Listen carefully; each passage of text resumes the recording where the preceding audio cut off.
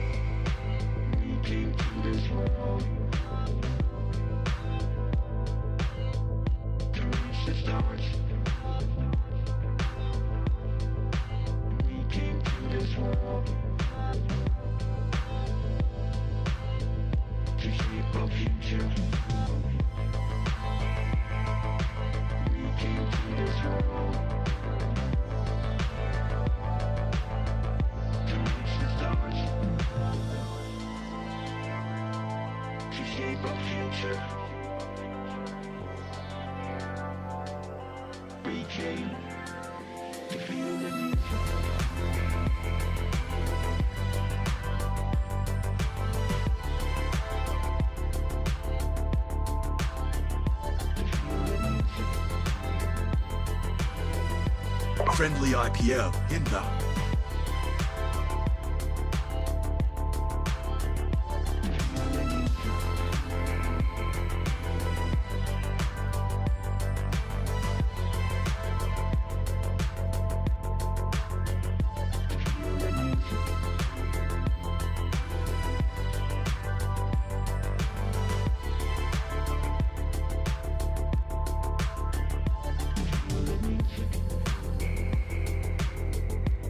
Large journalistic force headed towards you. Stand by.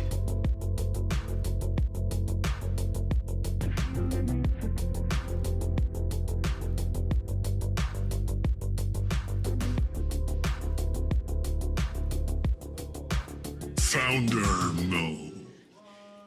You're watching TBPN! Today is Wednesday, September 3rd, 2025. We are live from the TBPN Ultra Dome.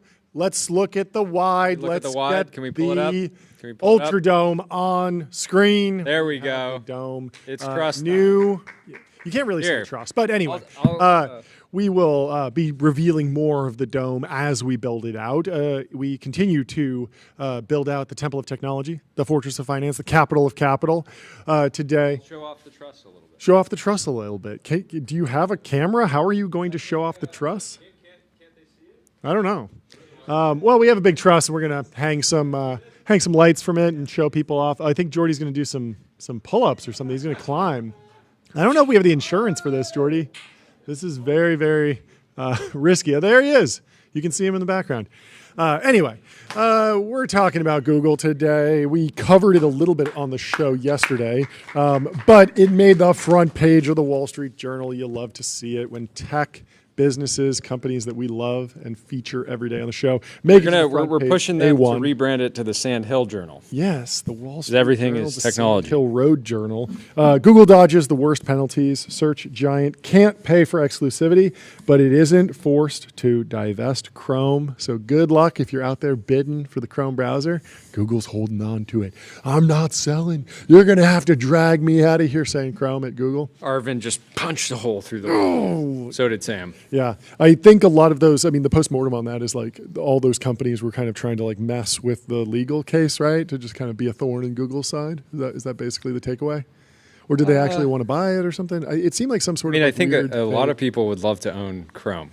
Yeah, but also a lot of people would love to just troll Google in the midst of their high stakes case. Anyway, so yesterday the news is Google wrapped up the case with the Justice Department, and the result landed somewhere between nothing ever happens and we are so back, in my opinion. Hacky says, I think we all owe Sundar an apology. Yes, time to fill out the Sundar Pichai apology form. I was not familiar with your game, Sundar. You're an absolute dog. And can we pull up the Sundar chart? Yes. Do we have a Sundar graphic we can pull up? He has been looking fantastic. He has clearly been enjoying bulking season, and so we'll pull that up. So lots of pundits have been bearish on Google for years now. I probably issued a bearish proclamation at some point during the show, but it was easy to do, right? Because the narrative was very clean. They failed to release a consumer LLM chat app as quickly as OpenAI. And the crazy thing is, first mover advantage really, really mattered. First mover advantage did not matter in cloud. AWS came out first, GCP came out second, Azure third, or second, third. We don't even know, and they're both huge businesses. Yeah. Very oligopolistic. Not true. Here we go. There we go. Sundar, seeing double. Sundar. We got to get this revised. But he looks fantastic. Yeah, wow. He really has been hitting the gym. I'd love to see it. Anyway. Really filling out the shirt there. First mover advantage really, really did matter in consumer. We've seen that with the amount of LLM queries from consumers. OpenAI is running away with it. Obviously, there are lots of other good businesses to build in AI, but in terms of consumer, even though Gemini, that app launched 3 months later to consumers, it wasn't fast enough. And it obviously was made like it stung all the more because the transformer was invented at DeepMind at Google. And so you have this narrative of like they can do science and they can do research, but can they do consumer products? Yeah. And so OpenAI is running away with it. And it was very easy to be like, OpenAI is going to disrupt Google. People are not going to be searching on Google anymore, blah, blah, blah. And there's still some good cases for cracks in the search business, I think. SemiAnalysis has laid out one that seems pretty reasonable. This case could have been a lot different if LLMs hadn't exploded. Yes, totally. And so the interesting thing is it's been very easy to write the Google bear case. At the same time, Buco Capital bloke, friend of the show, has been Google bull posting for a long time. Ben Thompson has come out kind of pro-Google, really outlining what's going on. We saw that breakdown of the various parts of their business. And when you look at it that way, you're like, wait a minute, okay, like a couple $1 trillion. Like if you're only, the Wall Street analysts that put this together, they were only valuing Google search at like 800 billion. It was like cloud was worth a ton. DeepMind was worth a ton. Waymo was worth over 100 billion. So YouTube. You add all these things up and the properties become very valuable. So when you look at it in its totality, all of a sudden Google looks a lot more stable, where you could say, yeah, maybe search sells off a little bit over the next 20 years. Like it's clearly extremely lindy. And then simultaneously, like YouTube gets even better because there's AI generated content and they have all the ability to generate AI video. And like there's just a whole new wave, right? So there's a million different ways that they can play this. And Sundar's clearly an absolute dog, and never doubt him ever. Never again. But the interesting thing that you mentioned is that in an odd twist, the pressure from OpenAI and consumer AI chat interfaces potentially competing with traditional Google search might have sort of saved the search giant from more severe penalties. Yep. And Ben Gilbert of Acquired summed it up well. He said, the court recognized the advantage Google has in paying browsers for distribution, but held off on banning it because of the new AI disruption threat that they face. I can read from the actual PDF from the case. The court well recognizes what eschewing a payment ban. Eschewing. A payment ban may mean for competition. Due to Google's massive financial advantage and its superior monetization, distributors will be incentivized to stick with Google because it can pay more, thus leaving in place the very forces that effectively have made the ecosystem exceptionally resistant to change. In the space and the money flowing into the space and how quickly it has arrived is astonishing. These companies already are in a better position both financially and technologically to compete with Google than any traditional search company has been in decades, except perhaps Microsoft. They also are moving toward monetization on commercial queries. These new realities give the court hope that Google will not simply outbid competitors for disruption if superior products emerge. It also weighs on favor of caution before disadvantaging Google in this highly competitive space. So for now, Google will be permitted to pay distributors for default placement. And if you've been living under a data center, that is making Google search the default in Safari on the iPhone. Yeah. There's other placements as well. But yeah, it's a very like online take almost. It's a very tech Silicon Valley take to see in a court document. Like the context here is very fascinating to me. Like written in this legal document is then venture funding in internet search was considered Silicon Valley's biggest no-fly zone. Like, yeah, you can't raise money for something that's competitive with internet search. Like, it's just not a thing. But today, there was you.com. Yep. Trying to play in search. Founders coming on later today. Yeah. They're now an enterprise AI company. Oh, interesting. Okay, so full pivot. Yeah. I'm sure they're using some of the same foundational tech. Of course, yes. Today, established technologies are making and startups are receiving hundreds of billions of dollars in capital to develop Gen AI products that pose a threat to the primacy of traditional internet search. Interesting. Wouldn't it be amazing if like the Apple Wallet, like by default, had just like a ramp card in it? They should just place for like default ramp in Apple. I feel like we should make this deal happen. It is the somehow. official card of business. But until that happens, go to ramp.com. Time is money saved both. Easy to use corporate cards, bill payments, accounting, and a whole lot more all in one place. All in one place. It's unbelievably good. Yeah. The other news, I mean, just to give some extra context on the financial outcomes here, Tane has been on the show, summed it up, the financial results. Google stock is up 7%. And it's a big, never say law of large numbers ever again to me. So you can pop 7% in a day off of one legal result. Apple stock is up 3%, representing $250 billion of added market cap on the antitrust ruling that Google can continue to pay Apple, but in a non-exclusive manner, and won't need to divest Chrome, Android. So there are a bunch of good takes we're going to go through. People who have been studying this way more than the reason that yes. Apple is up is they have $20 billion a year coming in from Google. Yeah. That is effectively like one line of code. And it's ultra profitable. It's incredible. Yeah. And it's something that like when I was thinking about that going away, I was like, this is actually like pretty material to the business. Like Apple's a huge business, but we watched that Tim Cook interview from a decade ago, and he was like, we made $50 billion in revenue, $10 billion in profit, and now they're making $5 billion a quarter from this, something like that. Like this is a serious amount of money. It's definitely like a material piece of the business. Yeah, they're sitting at a 36 times earnings. Yeah. So you take away that. They make a lot of money. Hundreds.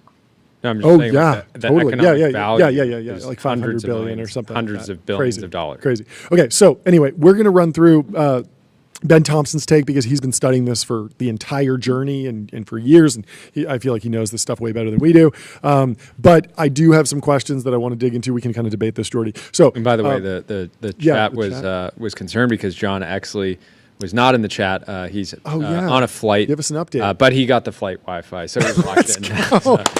What an absolute dog. Thank you to all the brothers in the chat for checking on Brother John. Yes. It's great.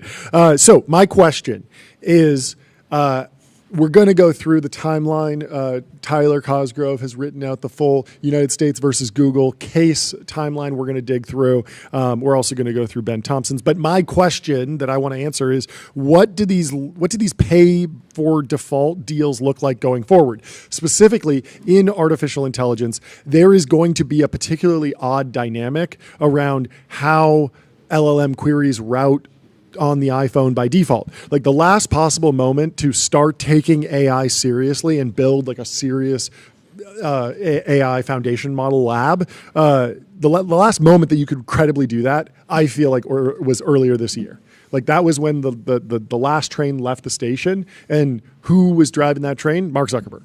And what did he do? He went and tried to buy everything that was buyable and hire everyone who was hireable. That weren't buyable. And, yeah, for sure. And what he wound up with was not exactly a dream team. He didn't get Ilya. He didn't get Dario. He didn't get Demis. But he got a really solid crew, right? And some great business guys. Some great business guys, some great researchers. He also just filled out the researcher tiers. Like he's got a ton of researchers. So I feel like he wasn't worried about salary caps. No, not at all. And so we were debating yesterday whether Alex Wang was a good pickup for Meta. And my conclusion is like he is the best possible option, and I think it'll pencil out. I think it'll be a good deal. It is a big acquisition, and it'll be interesting to see how we look on that in a decade. But I think the opportunity is so big it makes sense.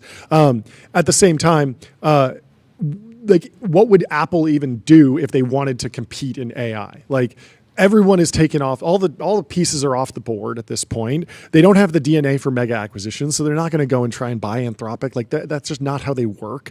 They don't like writing $100 million checks for talent. Tim Cook only makes $74.6 million a year. They're not going to pay some AI researcher $100 million. Yep. It's just not going to happen. And so everyone else sort of has a dance partner at this point. Apple wouldn't just be like trying to turn the cruise ship that is Apple. They're building an entirely new cruise ship. It's just not going to happen. So I don't think Apple is going to try and build a serious frontier lab. I think they're going to partner on this. And the question is, where does it leave them? They have something incredibly valuable. Do you know how many active iPhone users there are worldwide right now? 1.5 billion. 1.4 billion. Isn't that a ton? That just, I feel like if I had to just guess, I'd be like, job's not finished. truly. But so like that is incredibly valuable because it's not just over a billion users. It's over a billion users that they can charge $9.99 a month forever randomly. Yeah. So many different monetization, but it's the top 1 billion really usually like basically of like earners because it's the most expensive phone usually. And they also have that button on the side that right now activates something that should feel like AI, but is very clearly far from the frontier. And so the logical outcome feels like a partnership here, but what will the scale and structure of that partnership be? If OpenAI really nails agentic commerce, as SemiAnalysis suggests, it wouldn't be crazy for OpenAI to pay Apple billions of dollars to be the default. And so right now we're thinking about if you push the Siri button, you trigger an LLM inference query that's very expensive. Every time I hit ChatGPT, it's a couple cents. If I do some crazy reasoning thing, some deep research report, it might be $1. I don't even know. It's expensive, right? If I'm sending off some agent to go and like research every single different type of tennis ball. You drained an aquifer somewhere. Yeah, that's what it feels like, right? It feels like every time you hit a query, it's expensive. And so, but that's going to flip. And I think each query is actually going to be monetizable, and they're basically all going to be profitable like Google searches. And so if they are profitable, if every time someone hits an LLM, it's not a cost center, but it's actually a profit center, well, then OpenAI can pay to get more search volume, some more query volume. And so that means that maybe OpenAI will wind up paying Apple billions of dollars to be the default.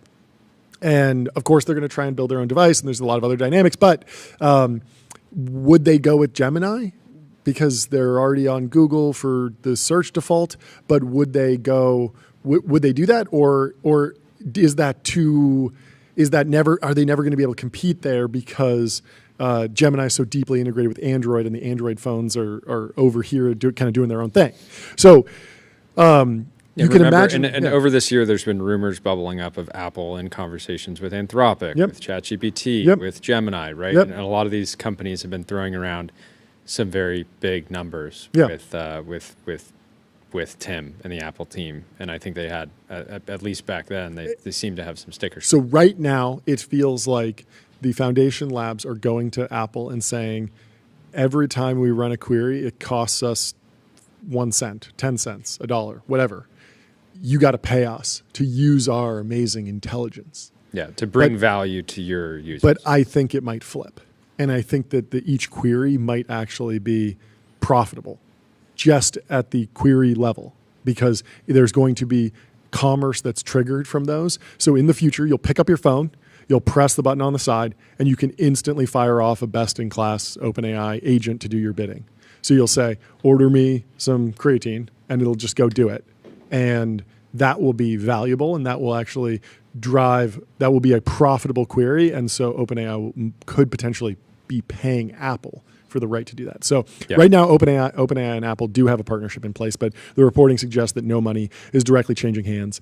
But I don't necessarily expect it to stay that way. So I don't know. What's your take?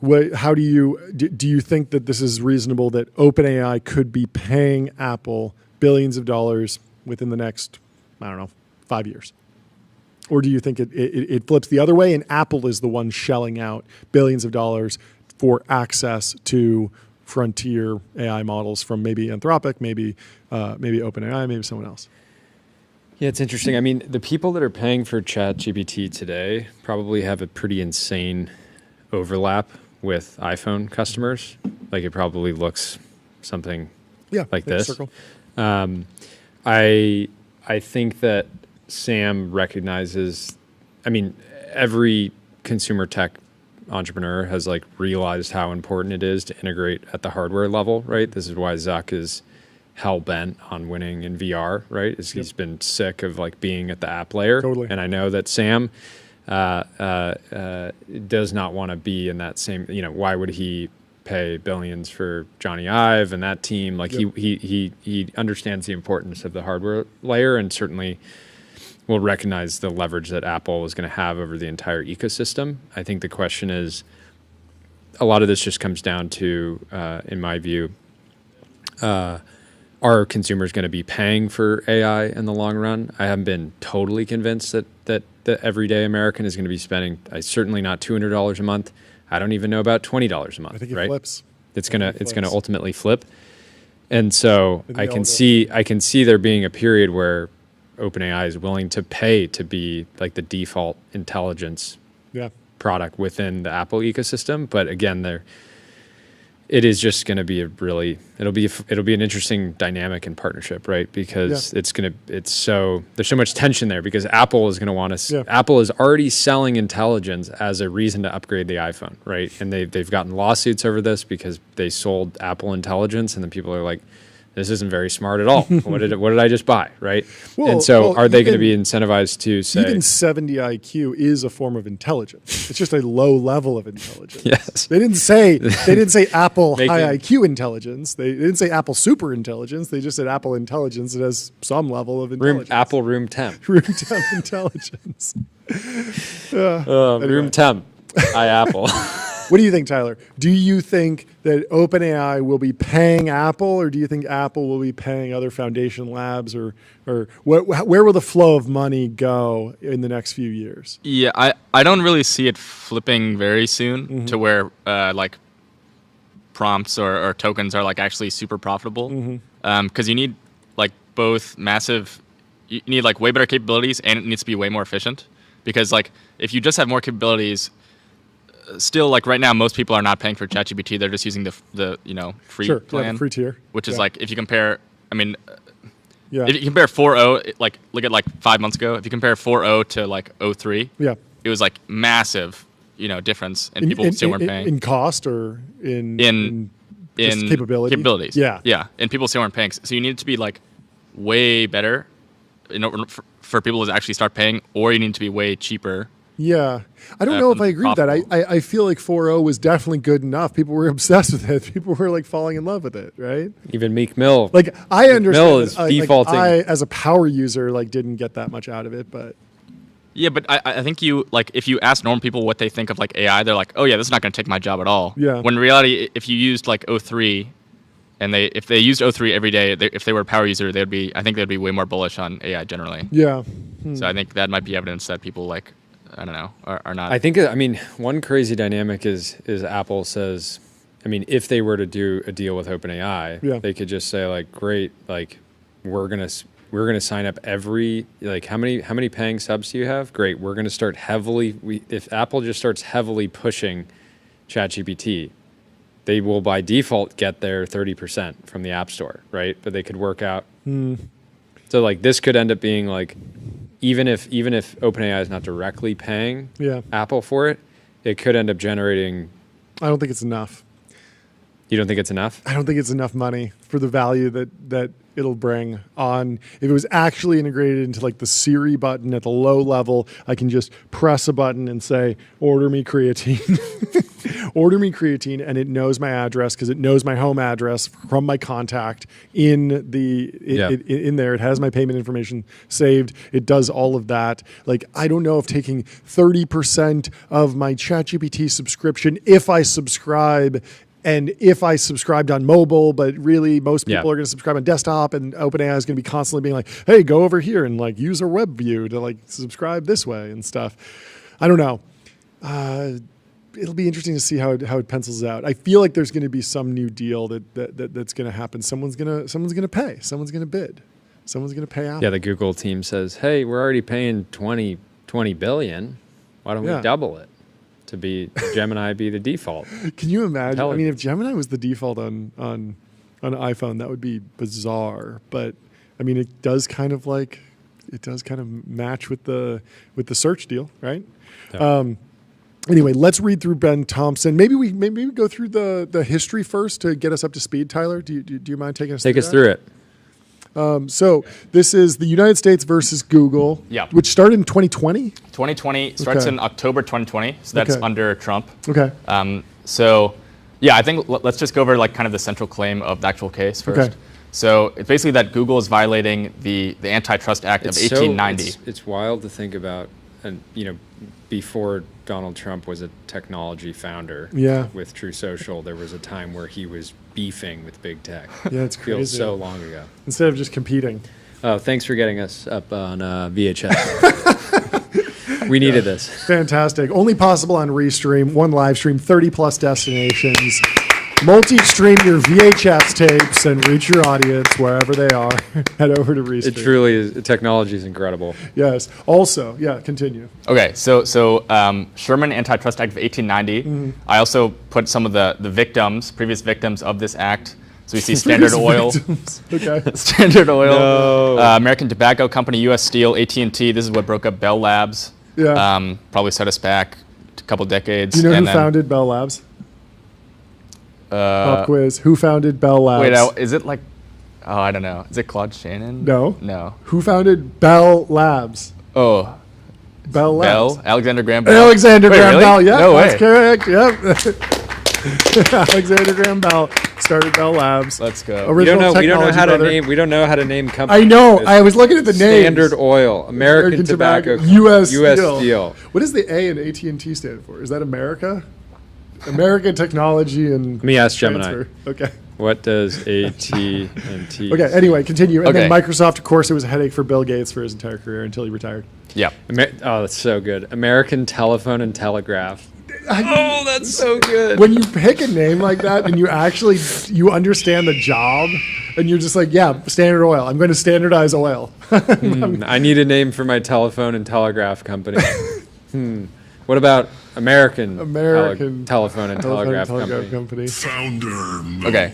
Anyway, sorry. Okay. So basically, the claim is that they're legally monopolizing the search engine and the advertising markets, like in search. Yep.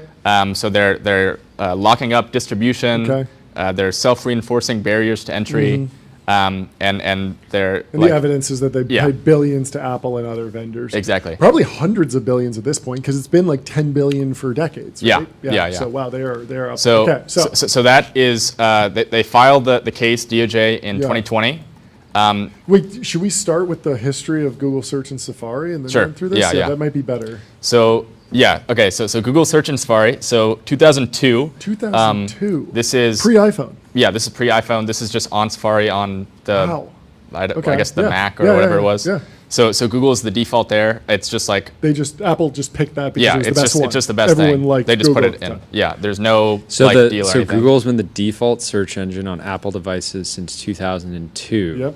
And we don't know specifics. Most recently is $20 billion annually, but it's been an over 20-year partnership. I mean, that's crazy. It's crazy to go. I mean, Google was founded late September 1998.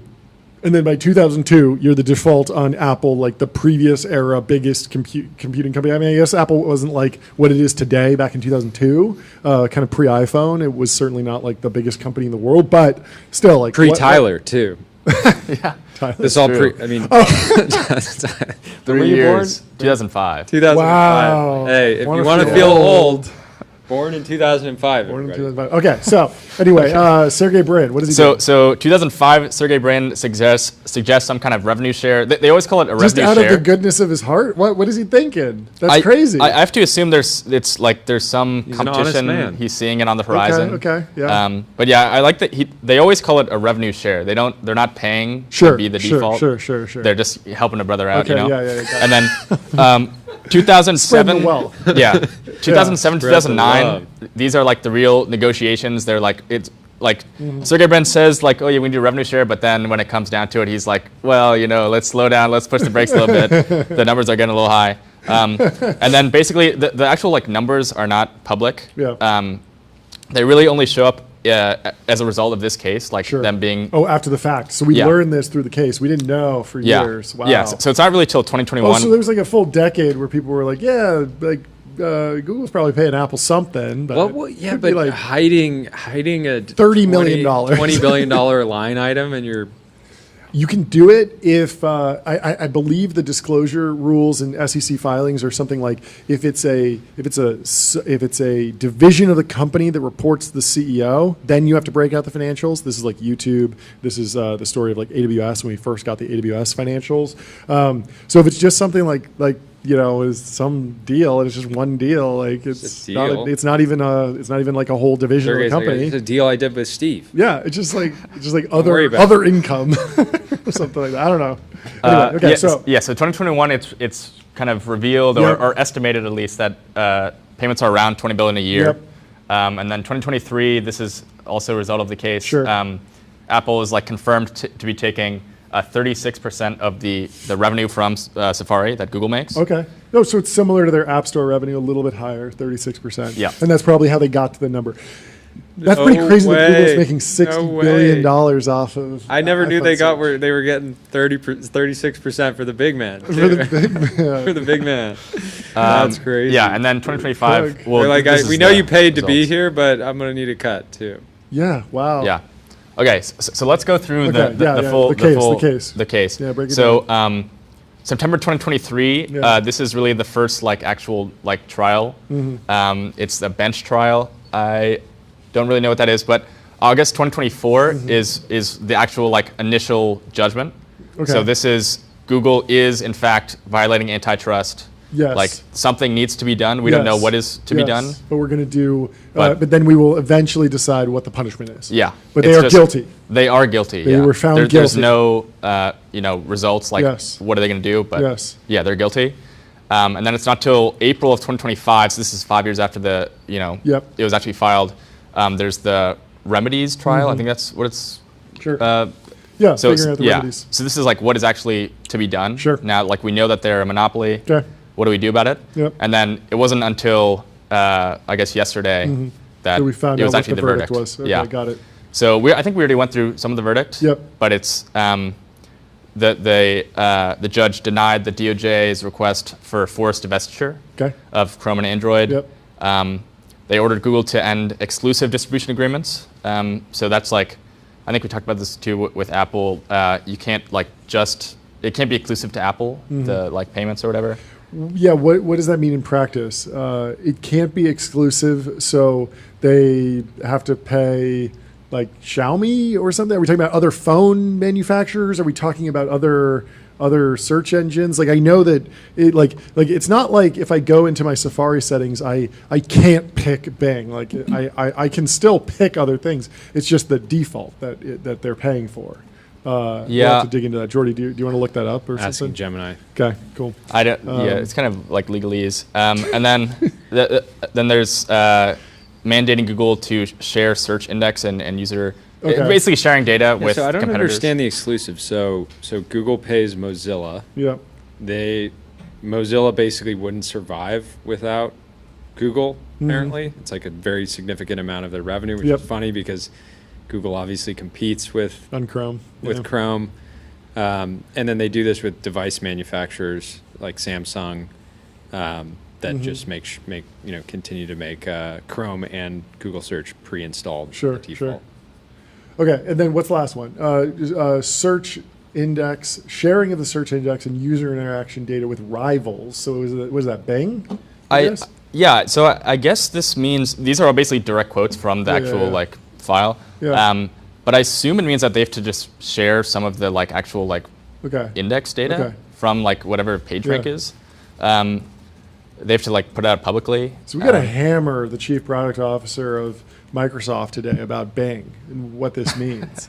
Because, yeah, I mean, there's got to be a way to make money off this if you're Microsoft. This is the way to do it. Okay, anyway, anything else from the history? Okay, This is pretty helpful. Yeah. Just to be clear, they prevent exclusive contracts. So Google is barred from entering or maintaining exclusive contracts that give its search engine, Chrome, Google Assistant, or Gemini app a monopoly position on a device. So basically, they can't go to a smartphone manufacturer and say you just can't host any other. Sure, sure. In the chat, Paraclete says Google's only going to share their search data with like other top 3 companies. It's still remaining a monopoly. Interesting, and people enjoy the VHS. So thank you for tuning in. Also, so these rules also apply to like Gen AI stuff. So Yep. this all this also applies to like Gemini if they want to do the same. If they want to lease it to Apple or whatever. Yep. All the same rules apply about. If you've been exclusivity. enjoying the whiteboard segments, we are thinking about getting a smart whiteboard where we can put up a Fig Jam from Figma. Of course, we're sponsored by Figma. Think bigger, build faster. Figma helps design and development teams build great products together. You can get started for free. Figma.com. Let's run through Ben Thompson's take. So he kicks it off with Google's remedy decision. Alphabet Inc. will be required to share online search data with rivals while avoiding harsher penalties, including the forced sale. We know this. Google's statement was short and sweet. Earlier today, a U.S. court overseeing the DOJ's lawsuit over how he distributes search issued a decision on next steps. Google closes, says, as always, we're continuing to focus on what matters, building innovative products that people choose and love. It's a good line. That's a statement of a company that lost some battles but won the war, in my estimation, says Ben Thompson in Stratechery, which you should go subscribe to. There are some cursory objections to Judge Mehta's decision, but by and large, that statement exudes relief, and rightfully so. The company is truly breathing easier today, however, is Apple. Apple's actually breathing easier because they're getting that sweet dough. That sweet 36% off the top. 99% margin, 20 billion a year. The first set of remedies were the ones that Google proposed and has already implemented, namely ending the exclusive agreements that were the foundation of Judge Mehta's original finding of liability. So, let's see. I want to know what these actual remedies are. Here we go. Again, this is literally illegal behavior. What? We should just highlight again. So Google will be barred from entering or maintaining any exclusive contract relating to the distribution of Search, Chrome, Assistant, and Gemini. Google shall not enter or maintain any agreement that conditions the licensing of the Play Store or any other Google application on the distribution, preloading, or placement of Google Search, Chrome, Assistant. This is the Gemini. bundling thing. So a lot of the antitrust cases hinge on bundling. You say, you can't have the Play Store on your Android phone unless you're defaulting to search, or you have to have Chrome pre-installed if you want access to search. Like all of that stuff is seen as anti-competitive. And so Ben says, again, this is literally illegal behavior, so ending it was the bare minimum. Antitrust precedent, however, dictates that Judge Mehta go further, again, from the opinion. This is from Meta.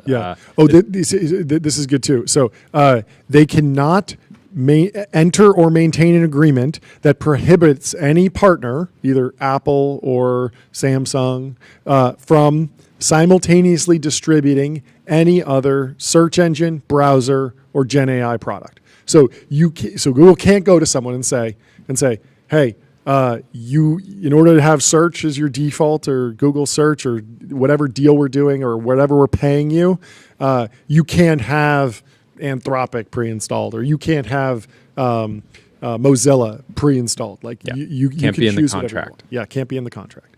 And that is illegal behavior, and so ending it is the bare minimum, says Ben Thompson.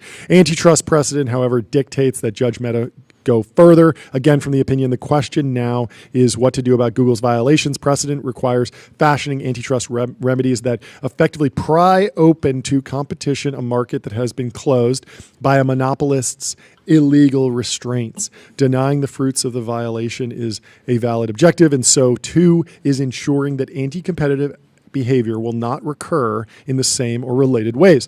The court has broad discretion to impose remedies to accomplish those aims.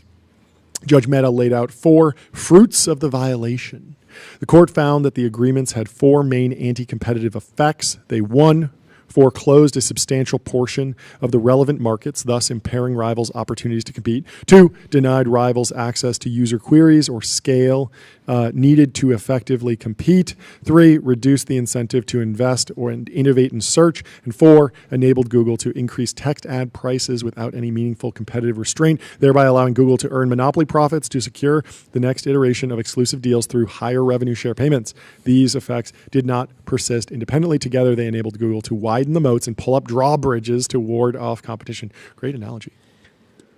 Judge Mehta attempts to address number 2, necessary scale, by forcing Google to share various types of data, including Google's search index, but not the actual data from the web pages in the index or the output of Google's PageRank algorithm.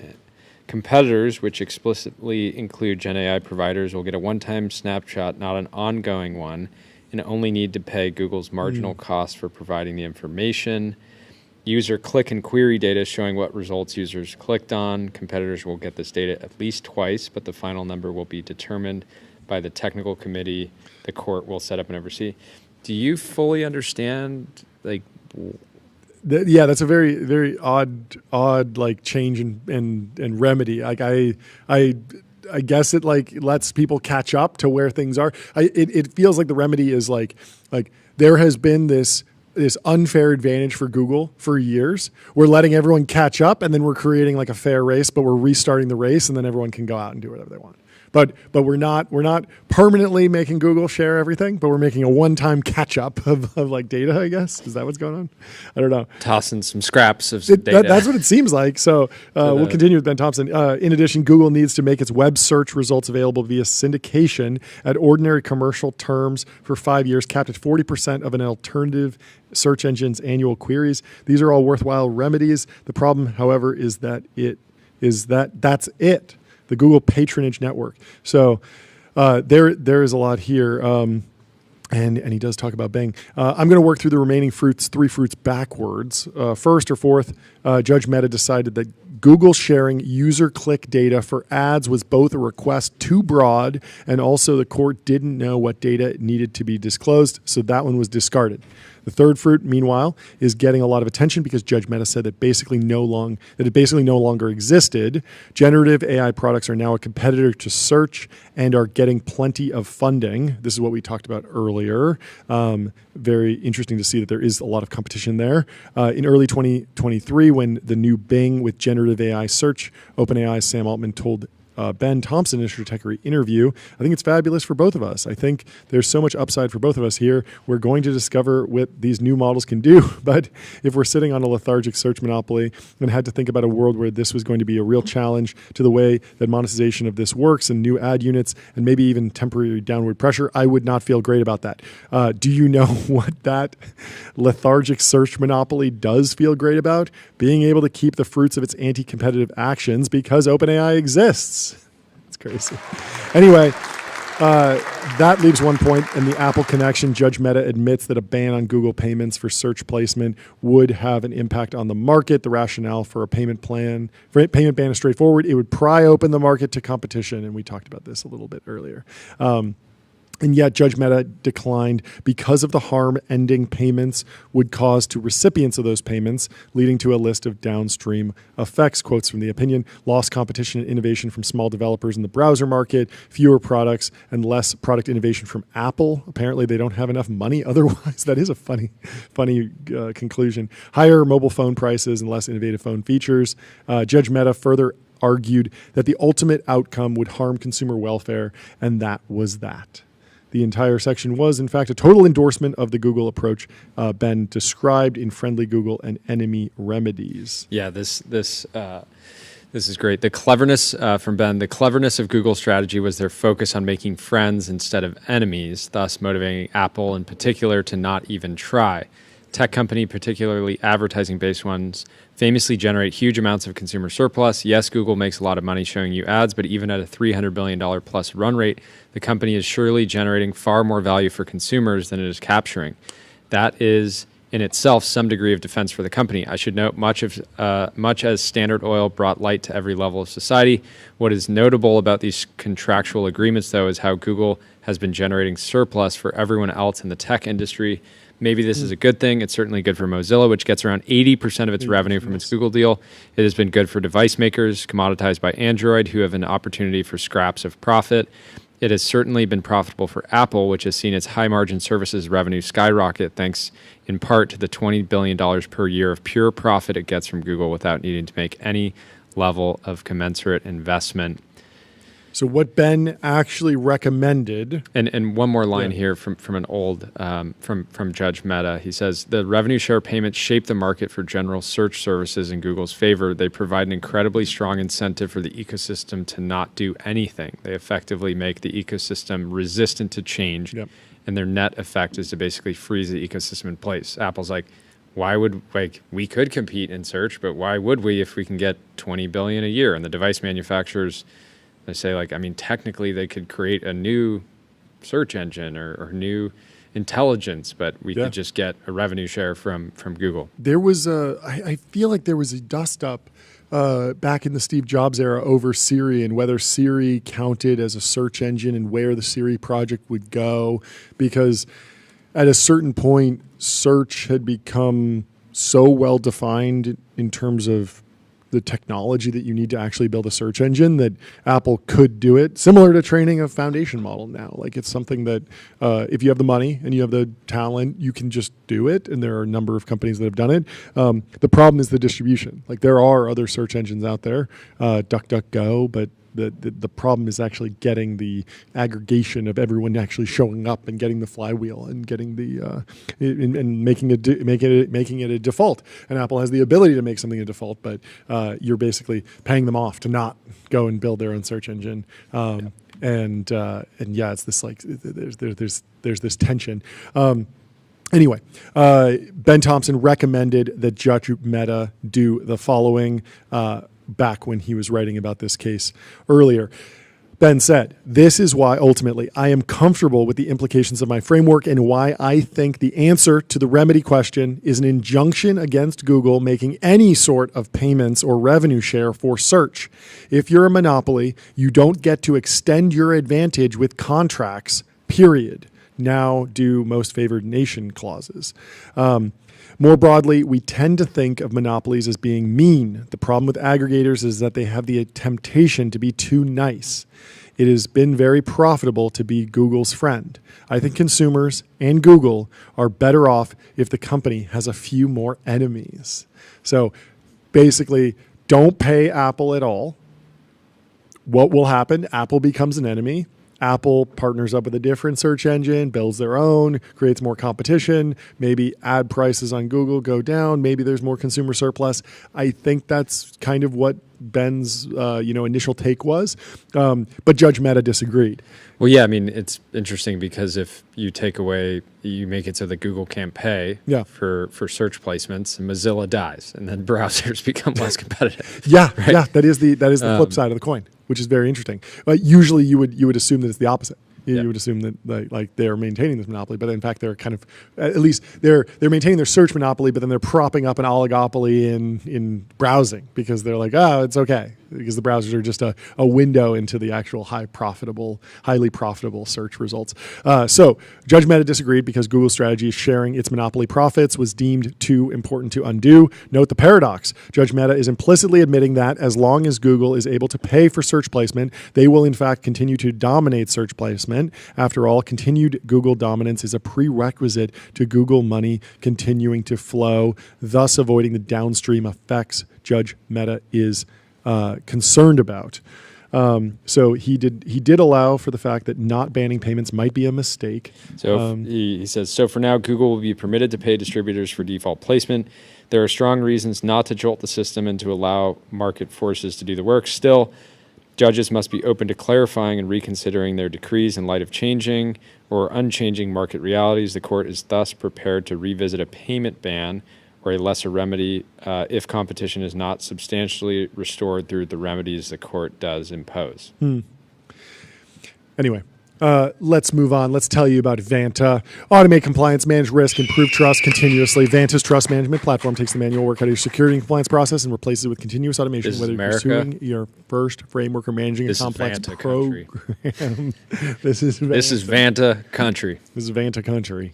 Annie says, be Nestlé. Hire a French CEO. Act surprised that the Frenchman is having taboo, debaucherous relations on the job. Their president literally Didn't hear married his about child. this. Oh, you haven't heard about this? So this was in the Wall Street Journal yesterday, and we didn't get to it. And then it was also in the Wall Street Journal today. And Pull it up. Pull up the and journal. we've got to pull it up. So Nestle has fired their CEO following a probe of a romantic relationship with a subordinate. You can't even marry your childhood teacher in this country? No, you can. You can. You can't have a romantic relationship with a subordinate if you are running Nestle. So Laurent Frichet, I don't know how to pronounce the X in that name, but Laurent is out after just a year at the top job of the food giant, which is trying to sell a number of underperforming businesses. They dismissed the CEO with immediate effect following an investigation into an undisclosed romantic relationship with a direct subordinate that breached the group's code of conduct. The Swiss maker of Nescafé coffee, Purina Pet Food, said Monday that its board had ordered the probe overseen by Chairman Paul Bulk and lead independent director Pablo Isla, with support of an independent outside counsel. This was a necessary decision. They said Nestle's values and governance are strong foundations of our company, and I thank Laurent for his years of service at Nestle. They didn't identify the employee in the relationship, but it's a dramatic shift in the top echelons of Nestle in little more than a year. This CEO, Laurent, had replaced CEO Mark Schneider in a bid to revive growth as the company grappled with sluggish sales. He was the first outsider to run Nestle since 1922. He was dismissed because he wasn't seen by its board of directors as a cultural fit. The new guy, Laurent, who just got fired, who had previously run businesses at Nestle in Europe and Latin America, took the helm of the company in September of 2024, so less than a year, or exactly a year. In July, they were reviewing some underperforming brands, but let's see, where is it? The company's been he isn't. So basically, he gets fired, and then today he's in the news again. Where is it? It's here, I think. Not again. He's in again with a detail. So an anonymous tip led to the fall of Nestle's CEO. Nestle's chief executive, Laurent Frichet, his downfall started with an anonymous tip to an internal hotline called Speak Up. Laurent was having an intimate relationship. This tip initially came through like last year or something, so it had been bubbling up. Yeah. So he was having an intimate relationship with a marketing executive who reported to him. The tipster reported. The couple initially denied any relationship. It took 2 investigations, more hotline reports, and a letter to the Nestle chairman before the food company acted. He didn't respond to requests for comment. Shocking. Gabe sent a unhinged message in the chat. He says, "Who cares about this nonsense? The divorce rate is like 50%. Makes your brand more personable if your CEO is cheating on his wife." The real question that we need to dig into is how is Nestle going to come back from this? They got to get Gwyneth Paltrow or something to do some viral video. There's so a playbook now. So the executive's downfall throws Nestle into disarray. after the company abruptly ousted its previous chief for underperformance. Mark says it's Laurent. Laurent. It's not Laurent. Laurent. Oh, Laurent. Laurent. Thank you. Laurent. Wait, how do you pronounce Frichet? Is that? Am I close on that? I don't know. He was quickly escorted out of the office. That's really good. Oh, absolute great chatter. So Laurent is 63 years old and was at Nestlé since 1986. He'd refocused the company on core brands. 86. A 40-year run. Almost 40-year run. 20 He was years like 24 before- when he joined the company. 20 years Insider. before Tyler was born. Yes, put everything in the context of. I mean, it's important. Wow. So you're telling me that America was founded 220 years before Tyler was born? Wow. Wow. Wow. So the French CEO slashed costs to reinvest in more promising products such as cold coffee and shored up Nestlé's executive team at the company's headquarters on the shores of Lake Geneva in Vevey, Switzerland. I guess I'm probably mispronouncing that too. His Swiss successor, Philippe Navratil, faces the task of arresting a years-long slide in the company's shares and restoring calm after scandals, snafus, and executive departures. Anyway, there's more. Well, speaking of corporate controversy, the Los Angeles Clippers and owner Steve Ballmer are accused of paying star Kawhi Leonard $28 million for a no-show job as a way to circumvent the NBA salary cap, according to a report by Pablo Torre. Yes. Torre laid out the alleged scandal on his program, Pablo Torre Finds Out. Earlier today, the show, which features plenty of direct quotes from legal documents, made the argument that Leonard was paid $28 million through a company owned by Ballmer to essentially do nothing. Ballmer is accused of using this agreement as a way to pay Leonard more than his contract, which, if true, is a violation of NBA rules. The entire situation I revolves... thought there was no tax on tips. I thought you could just tip a player if you really like them, and wouldn't that not count in the salary cap? Should have just been tipping. I feel like you should have just been tipping. And that tip $28 million to your favorite player on the team. Why not? No, that. Why are there the entire salary situation caps? revolves around a now bankrupt company called Aspiration, Okay. which is a tree planting service funded by Ballmer. So I think tree planting feels like a little bit disingenuous. This was I think it was a fintech company that had sort of an eco angle to it that had been. It would plant a tree every time you like saved $1 on the app. Or something like that. Every time you some flywheel, spend money, something like that. And so, Ballmer had invested a lot of money in this company, and they were effectively paying him as a spokesperson. But in the contract with Kawhi's one of Kawhi's entities, stated that Leonard could decline to proceed with any action desired by the company. So they could say like, "Hey, you want to do this?" And he could say, "Nah. No thanks," and his contract was still, valid. He wasn't violating anything. It is an odd choice. I feel like if you're Ballmer and you're a multi-billion, I mean, he's one of the richest people in the world, right? And your goal is to get someone who you're effectively doing business with on the court. He's a basketball player. Your goal is to get him an extra $28 million. Isn't there a better way to do that? Like, isn't there a way to like set up some fund that's, you cut him in on, and then you're actually like doing something economically valuable, like go invest, get into Founders Fund, Growth Fund. I mean, that's one option. But honestly, it's like, couldn't you just make some calls and get him more Super Bowl ads and get him more like ad deals? Like just make some calls and get some like legitimate business. Like, it doesn't seem like that crazy of a number to try and pull together, like somewhat like much more legitimately, like there are probably advertisers out there who would say, "Oh yeah, like we'll pay him a couple $1 million to be like our, the face of our brand." $28 million is a lot though for a company that had only raised a couple $100 million.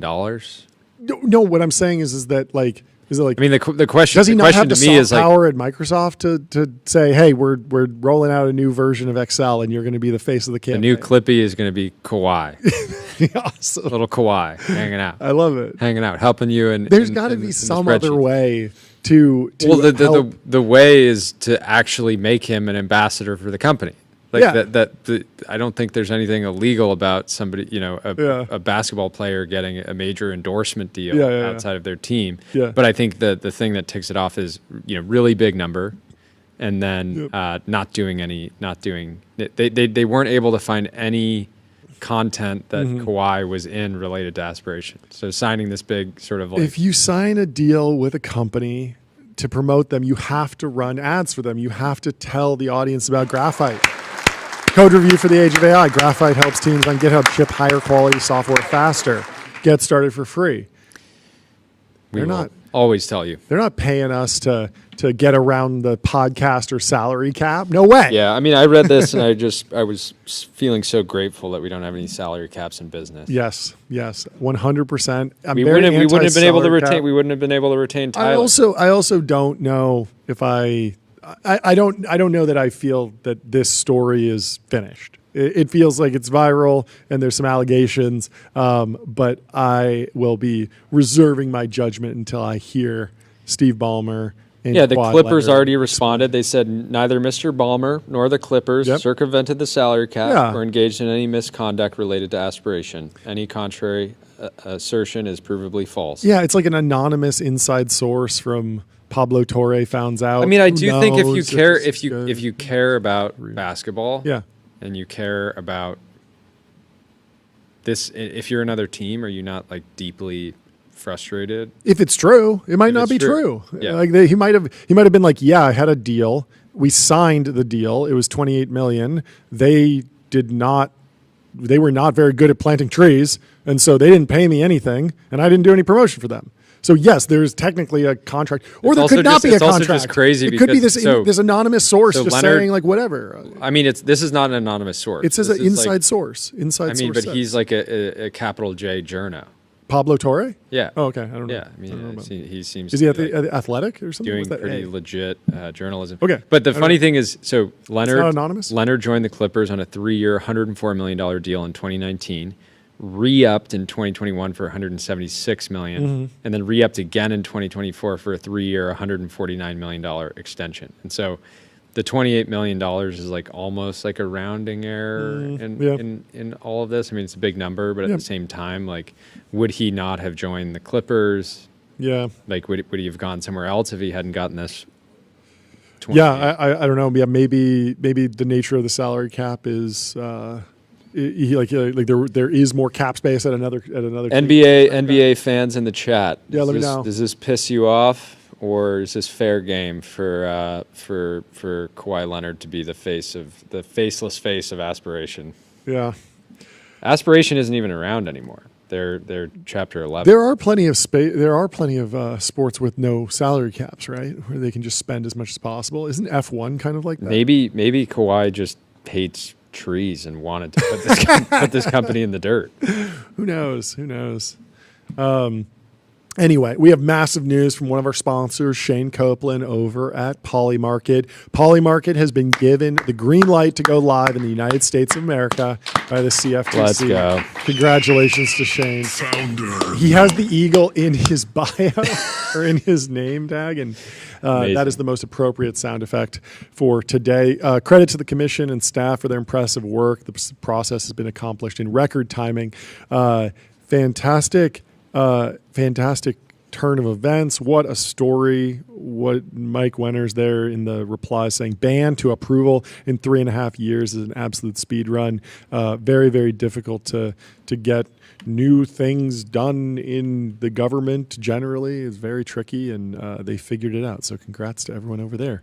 And if you're tracking any news, head over to Polymarket to check it out. We of course have Polymarket powering our ticker down there.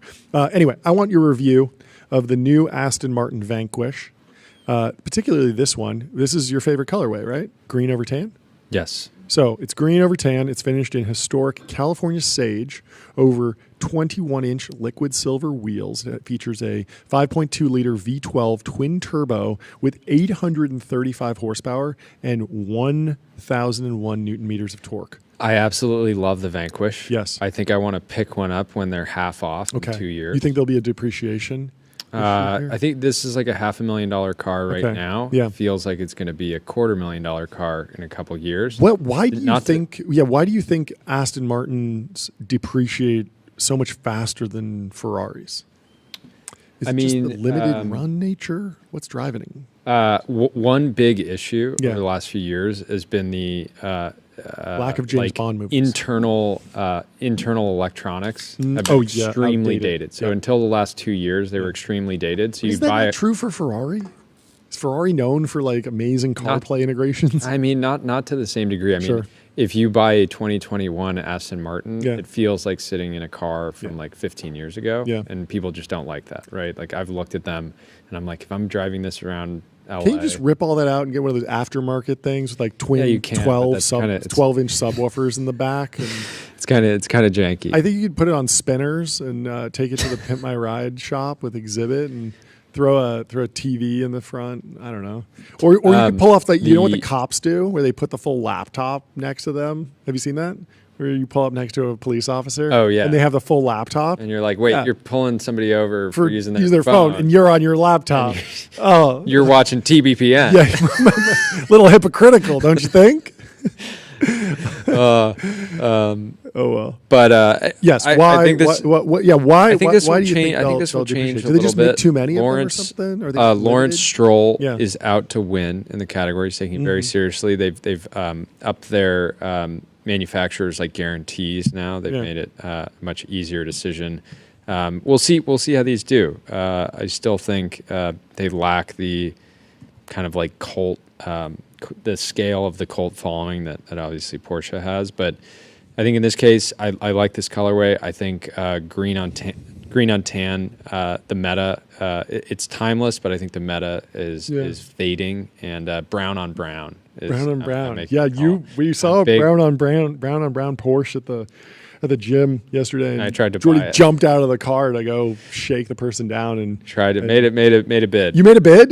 Well, I Was just that said, what would you sell me your car? Really? You said that? Yeah. Oh, I didn't realize that's why you went up. The woman to said the no. That's hilarious. But brown on brown. The most bullish catalyst for this Vanquish going asymptotic and going into the stratosphere in terms of price, Aston Martin is, of course, partnered with Public.com. That's right. And so all the Public.com fans, the investors who take it seriously because they have multi-asset investing, industry-leading yields, trusted by millions, all the Public.com fans will buy Aston Martins now. And Public is a sponsor of the U.S. Open Yeah. and some tennis players. So they sent us some balls. Is Aston Martin today. paying Public to? Whoa, that's a good sound. Smell it.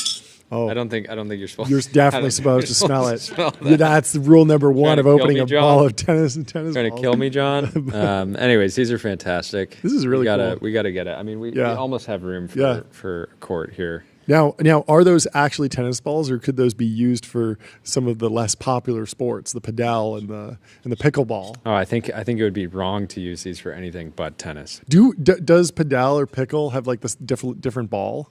Pickleball does. Pickleball I don't has know, its but own I've never ball. played What does padel. Padel use? I don't know.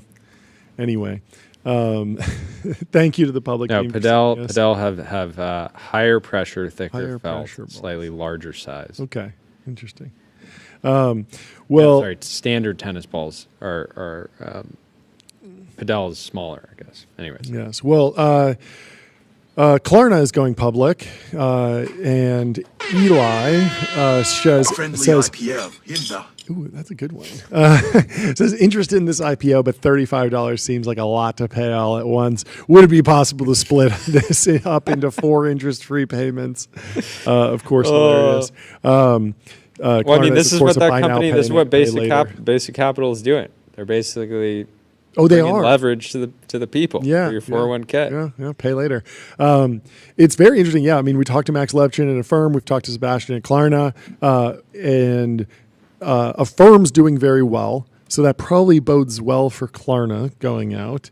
At the same time, it's oddly competitive. It's kind of shocking to me that there's such a duopoly here, and one company hasn't run away with it. Like Shopify has really compounded and compounded and compounded, and really defeated a lot of the other e-commerce platforms. But in terms of the payment processors, it's been much more oligopolistic. Maybe it's just because the dynamic of the buyer wants to bid the two against each other. So like the Stripe Adyen dynamic kind of comes to Klarna and Affirm. But both really big companies will get to see the financials and dig into Klarna as they go out. Klarna's total revenue in 2024 was $2.8 billion. I'm on 2.8 Gemini right billion, now. okay. Affirm's 2024 revenue was $2.3 billion. Wow, they're really close. Klarna made a That's very crazy. narrow profit in 2024, $21 million. Let's 21 give it up million? for I like that. that. Good. Love to see it. Yeah. So yeah, they've been cutting, but Yeah. I mean, credit to Klarna for getting to this scale while competing against Max Levchin. It is crazy. That is like a nightmare. Wait, there's nightmare also competitor. there's also something very, very odd about the Klarna and Adyen are both European companies, correct? And they both compete with like Stripe and Affirm, these like sort of PayPal mafia-esque Silicon Valley firms that have been doing it the very Silicon Valley way. Like there's this odd dynamic that's in both companies. Yeah. So one of the things cutting into Klarna's profitability is their just like credit losses. They lost $500 million last year, which is more than they spent on sales and marketing. Interesting. And is that just because people sign up for Klarna, they do the buy now, pay later thing, and then they just bail? Like they buy a burrito and they say, "See ya." Does that not Thanks get for sent the to burrito. collections? I imagine it does, but eventually it doesn't get Well, I collected. think part of their value part of their value prop is that it's not tied to your. Okay. It's just Like, like completely I don't- optional to pay it. Like it has to hurt your credit score, right? I imagine. Like I mean, maybe it goes into some sort of database, but the idea that you could just go around and use buy now, pay later willy nilly and never pay your later part does not seem sustainable. Anyway, if you're looking to slice up a bunch of financial data, do it on Julius. What analysis do you want to run? Chat with your data and get expert level insights in seconds. It's the AI data and analyst that works for you, used by Princeton, BCG, and Zapier. Klarna, get on Julius before you go public. For sure. Thank us later. For sure. Let's go to this tier list by Mert, Helios.dev. He's been on the show. Good friend. He says a city tier list that will trigger everyone but is true. S tier is Moscow and Tokyo. A tier is NYC. B tier is Dubai, Abu Dhabi, Singapore, Hong Kong, Istanbul, St. Petersburg, Amsterdam, San Francisco, Kuala Lumpur, and Austin. C tier is Paris, Berlin, Lisbon, Seoul, Chicago, and Rome. D tier is Los Angeles. Come on, Mert, you're doing us dirty here. Of course, I triggered. think that LA is definitely a D tier city. I love living in Los Angeles County, Yeah. but the city itself is mid. Yeah. We should do our own tier list. Can you wipe that down, Tyler? And Yeah, start working on a tier list. Just draw up the S, A, B, C, D, F, and we'll fill in them. We'll throw them out. This is so funny because one of the first replies, SF not even on the list, is accurate, and SF is on the list in B tier.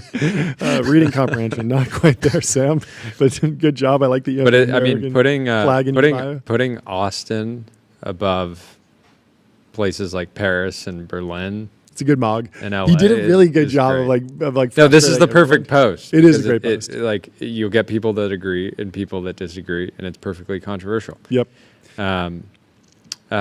Anyways, I got a text from a financial technology expert that says most BNPL providers don't report to bureaus because the bureau systems haven't been able to use the data intelligently. They've tried to fix, but they're a cluster F. So that's interesting.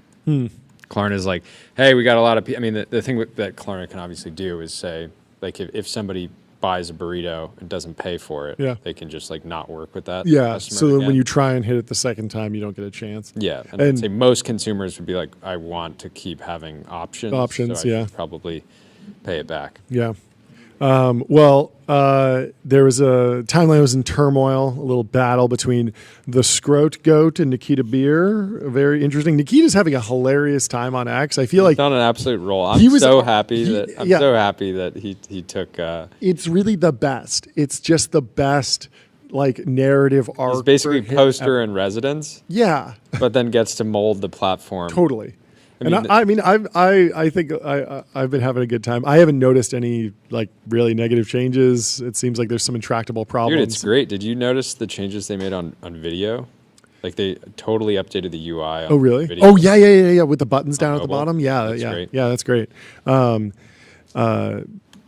Let's do the tier list now. I like how this account though is rocketing. Actually adding followers now for getting in this war. Yeah. And this is Nikita's advice. Remember, he said if you're a tiny account on Twitter, Yeah. the best thing you can do is go and pick a fight with the biggest account you can find. And that's exactly what this guy's doing. It's so good. So yeah, Scroat Goat says like, I have 8 followers, and they're all bots, and the algorithm's keeping my reach from being like, like I'm not getting enough reach.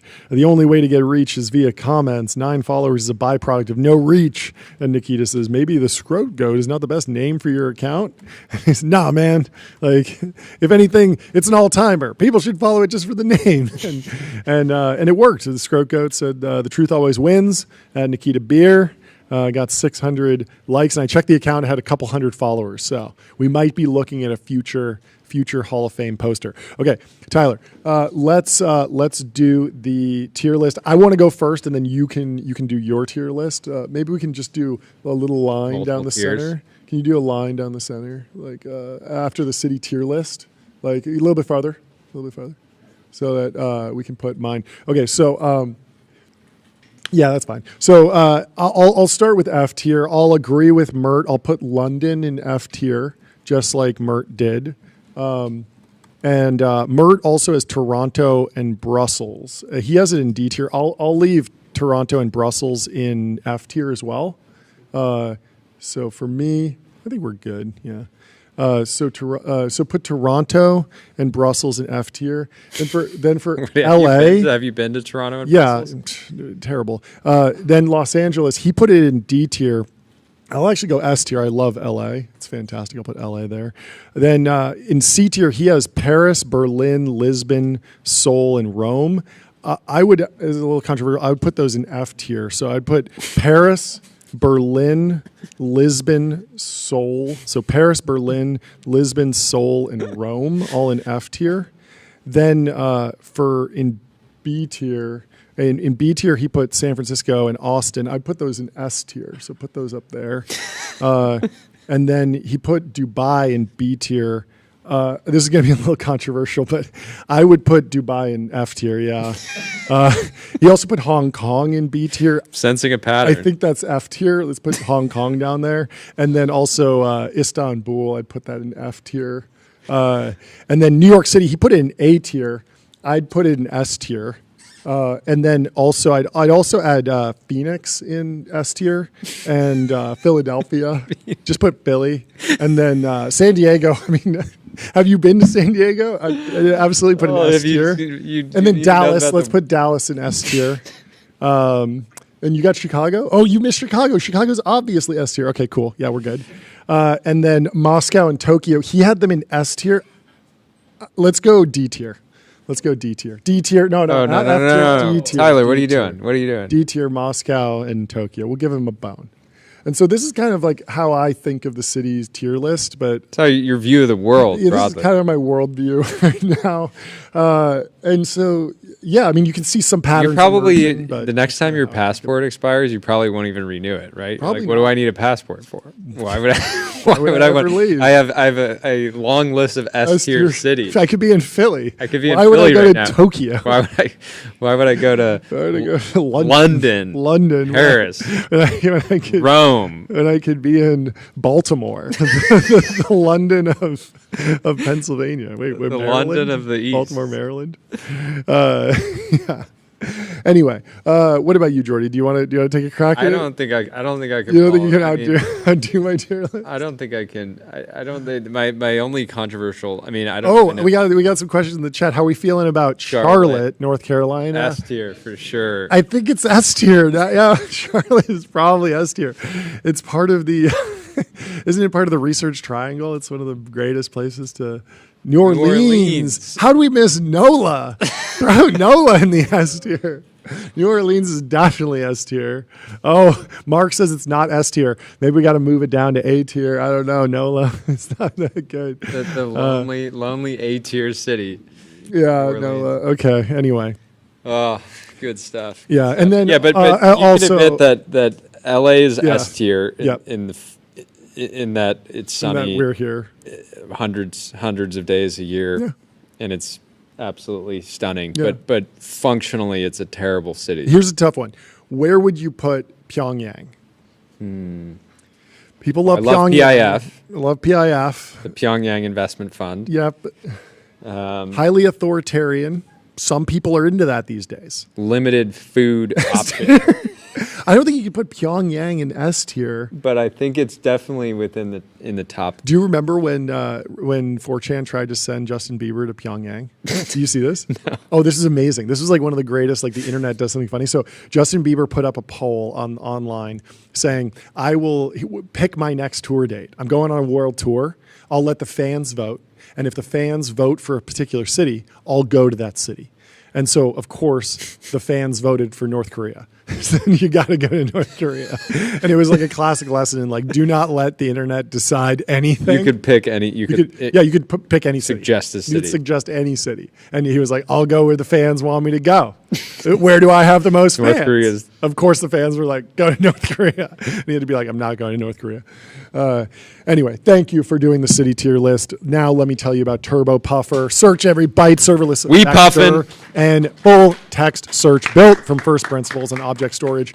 Fast, 10x cheaper, and extremely scalable. If you're You want to be like seeing- Cursor. You want to be like Notion. You want to Look be at like that linear. website. Can we pull that up again? Look at this website. This is honestly the biggest us a reason why scroll. I was excited to partner with them. Was you have to go to their website. It's so beautifully designed, and the layout is awesome. It's just Officially puffin', we're puffing, baby. and you should too. Yeah, go check out Turbo Puffer.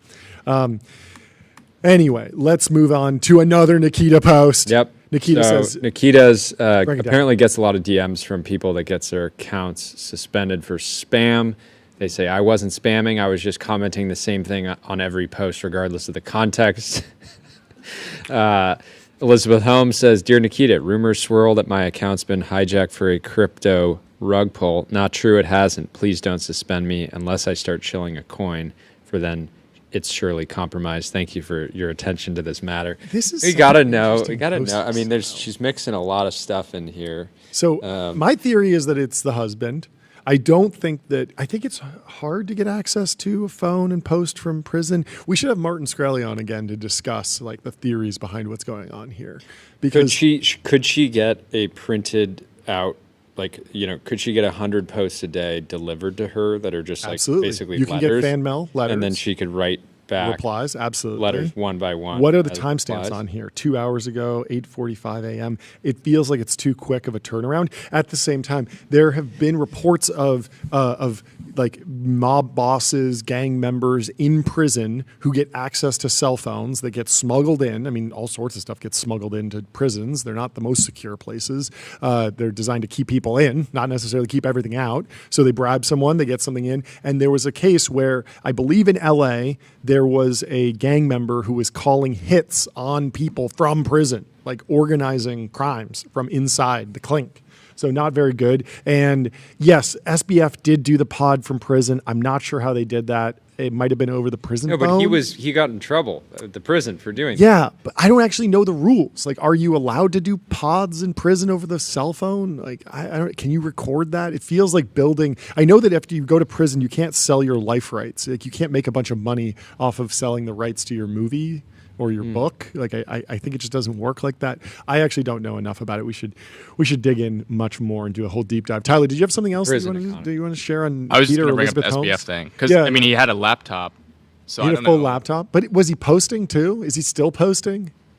I don't know. check. If he was, it like the novelty kind of like wore off for sure.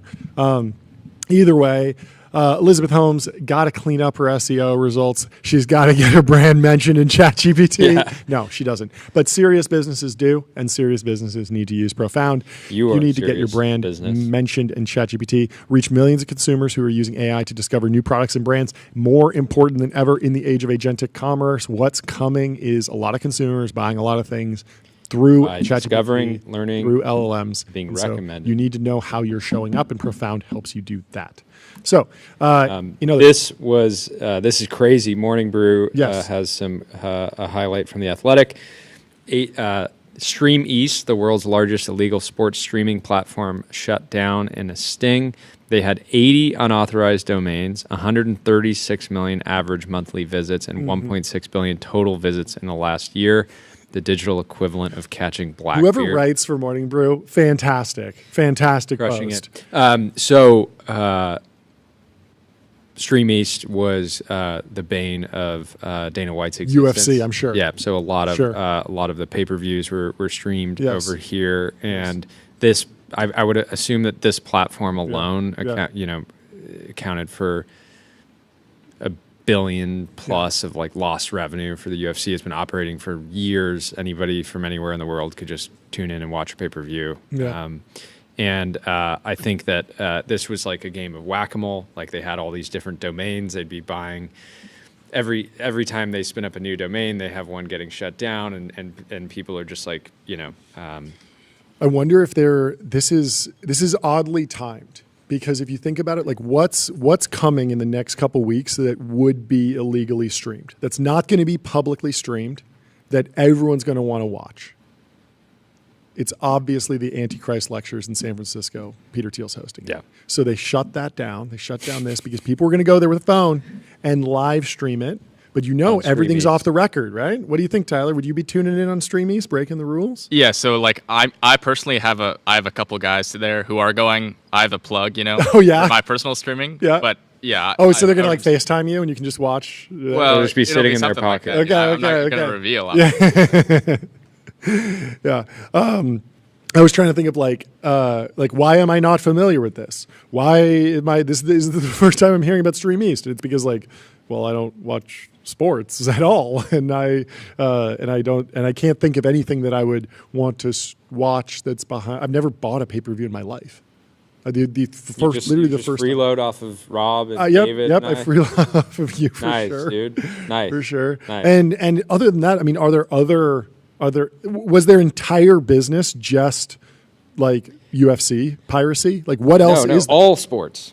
Because But- there's people that don't have cable. Oh, so it'd you be want to watch the basketball, NFL game? Yeah, Tyler, what are you saying? baseball. Yes. what you got? So like I also don't really watch sports, but at school in Yeah. college, Stream East is like, I mean, everyone knows Stream East. Like that's like Really? basically the default, Wow. rather than, I mean, some people have like the cable equivalent or something. Yeah. But yeah, every UFC, every football game. Yeah. And they were monetizing Can like you, crazy, right? Because they have 136 million visits. Yeah. Imagine how much sports betting Yeah. signups they Can you drive. pull a list of all your friends who are using Streamies so we can contact the authorities and make sure that they Let's include them in the sting. Yeah, let's get. They owe Dana White money, and we're going to collect. Okay, let's make For that Uncle clear. Dana. I have a funny story. I had a buddy in college who was very much into watching football.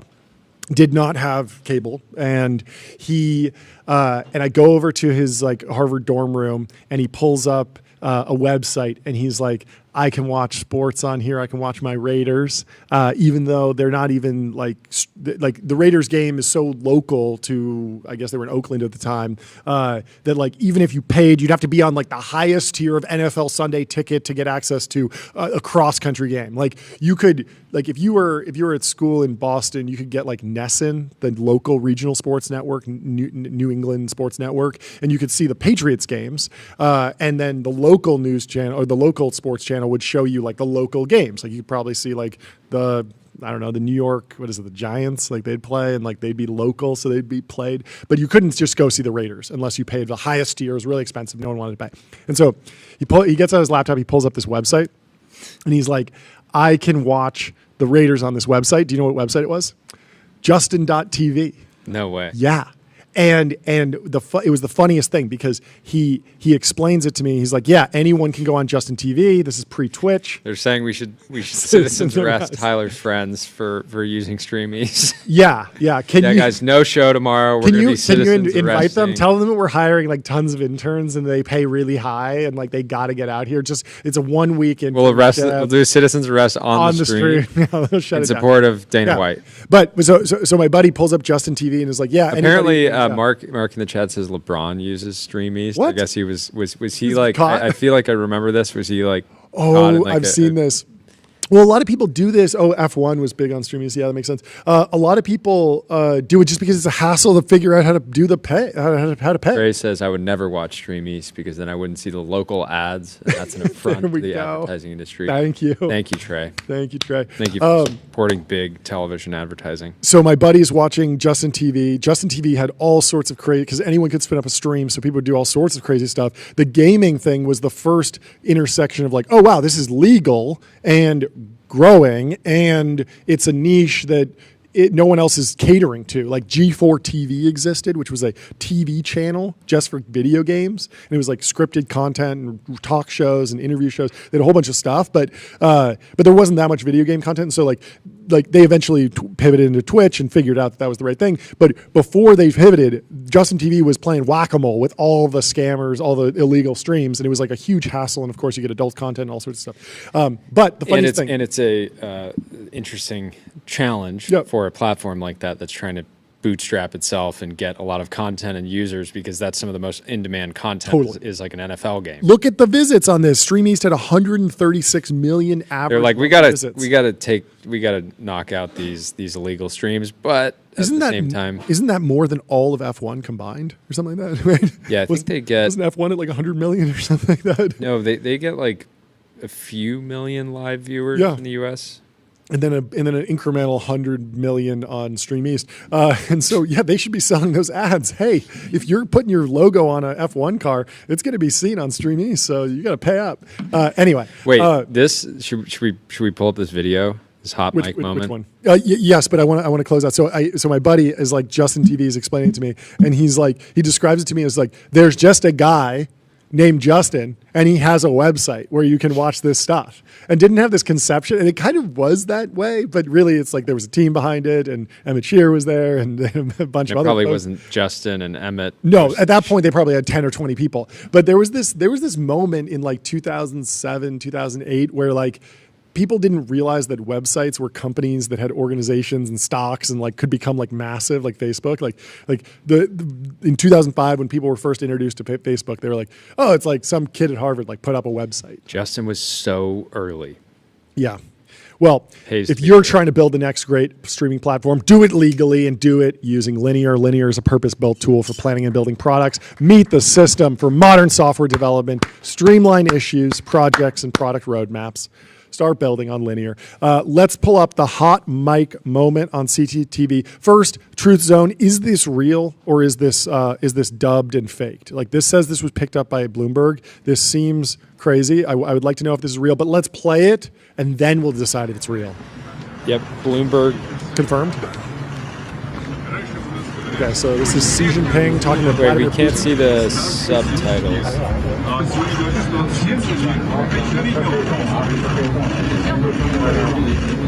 Okay, start it over. Yeah, what are the subtitles? No, they're here. Okay. In Mandarin. What's he saying? These days, 70 years old. Earlier, people rarely lived, but these days, 70 years, you're still a child. Still a child. That's amazing. Putin speaks inaudible. Just walking. How are they picking this up on this microphone? This is so rough. With the development of biotechnology, human organs can be continuously transplanted and people can live younger and younger and even achieve immortality. Immortality. Wow. Predictions are this century, there's a chance of living to 150 years old. That is crazy. He's like, I'm just getting started, actually. I'm down. Extremely bullish for New Limit, Jacob Kimmel. True. Extremely bullish. Speaking of old people, guess who the oldest billionaire in America is? His name's, or guess how old he is. The oldest billionaire in America. 94. You're 10 years short. He turns 104? 104 in September. He founded the insurer Mercury General in 1961. His name is George Joseph. We got to get a founders episode on this guy if there isn't already one. That is an incredible run. 61. That's what, 50 years before Tyler was born. The chat's calling it BT, before Tyler. BT. BT.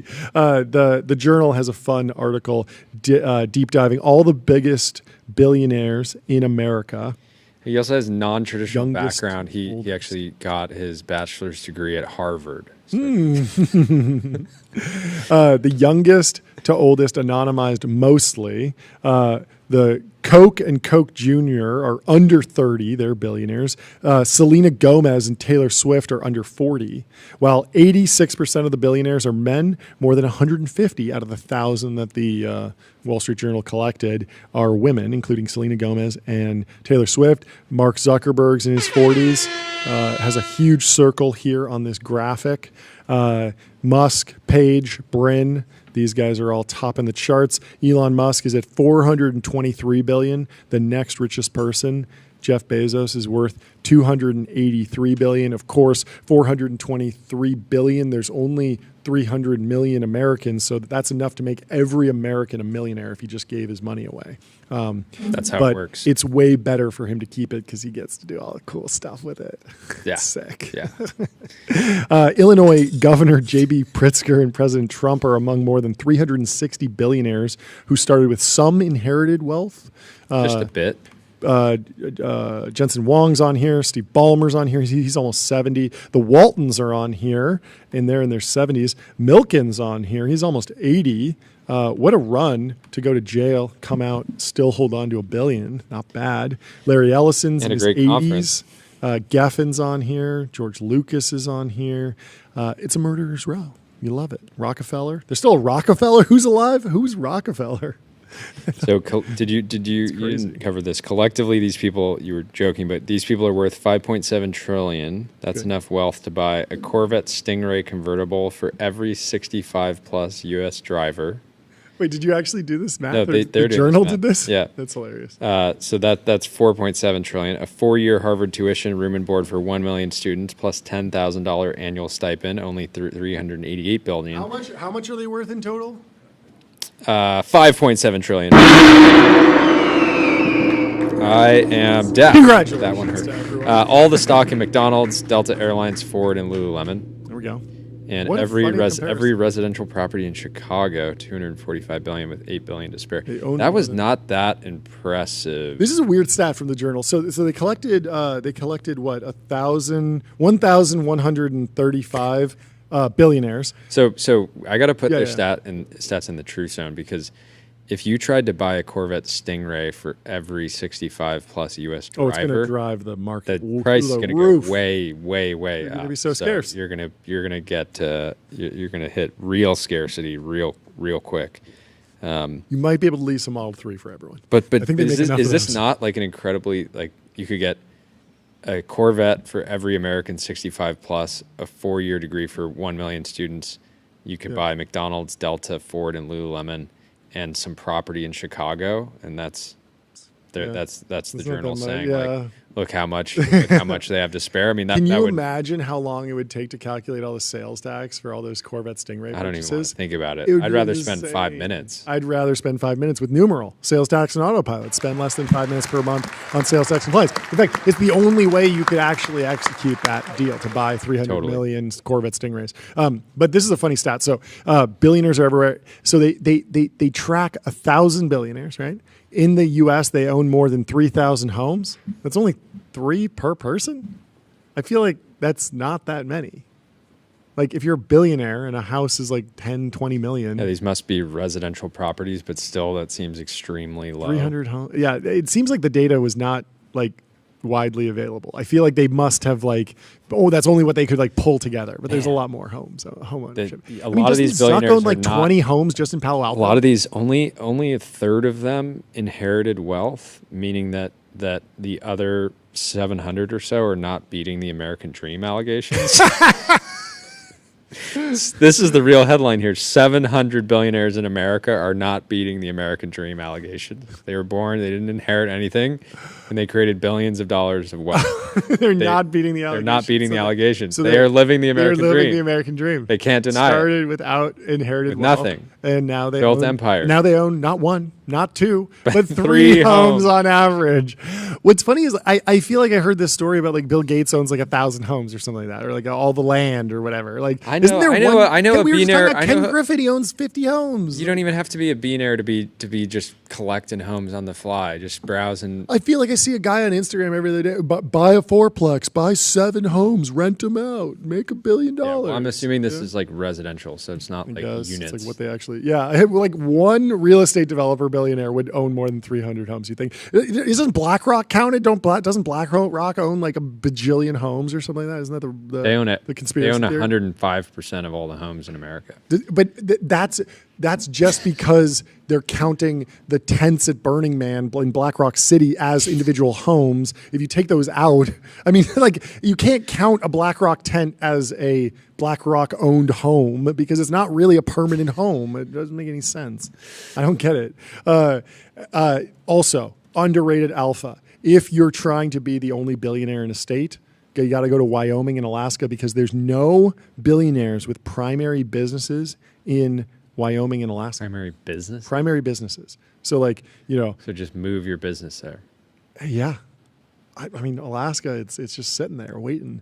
It is crazy that Wyoming, I feel like they're super like crypto friendly. You'd think there'd be somebody who like went and built some massive thing there, but it hasn't happened, at least not yet. Jack on X said, Costco should get into web services. Kirkland Cloud would clean up. It really would. I would be repping Kirkland Cloud. We would build on Kirkland This is interesting. Cloud. Shield highlights German discount grocer Lidl. Lidl? Lidl. Okay. Lidl. Yeah, sure. Lidl. Yeah. Built their own cloud infrastructure because of German data laws and now has a $2 billion revenue business selling it to others. No way. A la AWS. Oh, it actually worked. If you're a retailer, get into NeoCloud. cloud. Get into cloud. Costco should do NeoCloud. Buy GPUs by the bulk. Buy a rack. Do you get this meme, the Doctor Strange tweet, or how I learned to love the RT just after the Xi Jinping and Vladimir Putin were caught on a hot mic? There's this meme of this woman looking at this screen, and this is the what would the No, I original don't. meme say? I missed the original meme. Tyler, you were born. Do you understand this meme? Ago. Do you understand this meme, young When man? it's the woman looking Yeah. at the screen. Yeah, Yeah, it's from like some Netflix documentary or Apple TV. I never watched the show, but Me either. Yeah. I think it's just like a boomer meme. It's like, oh, like the old woman is like doesn't understand the internet Wow. meme. Okay. It's like- We are boomers because we don't understand the boomer meme. Yeah, it's kind of a meta boomer take. I don't know. It's a boomerang. Anyway, Comes right back. It's always at like her looking at the screen is like, oh, what do they mean by this? I'm curious to know what the actual show is because the origins of original the meme. photo of that meme, it looked cinematic. It looked interesting. And of course, I have to watch 100% of the movies around here since Jordy isn't lifting his weight. Anyway, do you see this interaction between Daniel Tenriro and Rune? Do you think this is real? So Daniel says, hedge fund guys are so much more fun to spend time with than tech guys, rigorous, irreverent, and don't have their heads up their own butts. And Rune says, bro tweeted this 5 minutes after we got done hanging out. And do you think it's real? Do you think this actually happened? He's trolling Rune, or do you think this is just completely random and Rune's just like taking the opportunity? I think Rune to is in shine? SF, and I think Daniel's in New York City. and- Rune's been on a little trip. He was in LA briefly. I didn't get a chance to meet up with him, but do want to hang out with him soon. Hedge fund guys are serious guys. Serious? That's not what he's saying. He's saying irreverent. That's the opposite of serious. No, they're serious about making money. Yeah. More serious than venture capital. This is the what Jeremy Gaffon take that investors are more interesting than founders. The Fox and the Hedgehog thing, right? Is that a public take? Yeah, it was at the founders. It was at the founders event with David Senra, yeah. which I don't know if that was ever streamed or released. So maybe it's not. But you're leaked. Sorry, bro. I mean, yeah, founders that are the average founder that is incredibly locked in knows a lot about their business and their market, Yep. not a lot about other things. Yep. And What is it? It's more difficult to be a generational investor. Yeah. Only knowing about it super narrow. It's like the fox and the hedgehog, right? That's the analogy. The fox knows a little bit about a lot of different things. The hedgehog knows one big thing. That's like the mind. What's it called? Like the mindset. What was it called? Like the framework. The mental model. The mental model that people talk about. Sort of spiky intelligence. The hedgehog.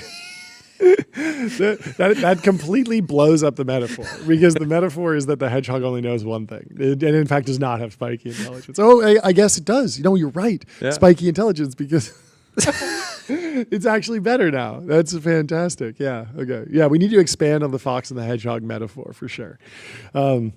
Anyway, Fin.ai, the #1 AI agent for customer service, #1 in performance benchmarks, #1 in competitive bake-offs, #1 ranking in G2. You want some spiky intelligence? Spike that intelligence right into your customer service organization. Smart. It's the very smart. Best place to spike the intelligence. Spike the football after you bring AI-enabled customer service to your organization. Vittorio says, incredible white pill. Scientists just mapped how aging rewires our genes. They found universal switches that control decline. Basically, aging is a coordinated epigenetic drift, of which we now have the atlas. We will solve aging in our lifetime. Maybe Putin and Xi Jinping were. They said, okay, yeah. They probably follow Vittorio, and they were, and like right before that clip started, they were like, "Oh, did you see what Vittorio posted?" And then they're like, "Yeah, we're gonna live to 150." Yeah, Vittorio is like the best. That's where I get my news from. Yeah, just a couple 72-year-old bros following Vittorio. I like to think that they both Putin and Xi Jinping have anons on X through VPNs that they just scroll the timeline like the rest of us. I can see it. It's possible. It is funny if you assume that if they assume that organ transplants are the solution to immortality. Why are they assuming like 150 is the cap? Yeah. Is by that point you're such a mix of different parts, it's not really you anymore? Well, you're a ship of Theseus. Yeah, it's the ship of Theseus. You have no original parts anymore, so you're like entirely. I mean, that's the classic question. If you swap out everything but your brain, it feels like it's still you. Isn't there crazy stories around like heart transplants, like changing your soul? Yeah, your personality. Really? No way. I had no idea. I haven't seen that. What do you think, Tyler? Well, I mean, you're already ship Theseus because like your cells die. Oh, true. But I think it's more likely that Xi Jinping and Putin have been watching Dorkesh. Yes. And saw the Jacob Kimmel episode. That's probably true. Yeah. That's probably true. Yeah. So I mean, I wouldn't be surprised since Dorkesh is like the foremost interview scholar on China right now. Like, I'm being serious. Yeah. No. 100%. Like. Yeah. That makes sense. And apparently, podcasts are booming there. Did you see that post about how like China seems to be going through some sort of like boom of translated American podcast content that's doing very well there. So stay tuned. I'm on Gemini. The idea that a heart transplant can change a person's personality is fascinating and controversial. So the medical community broadly says that personality, these sort of psychological changes that happen after heart surgery, are due to trauma and side effects from the medication. But there's more speculative ideas around how potentially memories are stored in places other than the brain. And so, and what happens, there's people that report like personality changes that mirror the donors.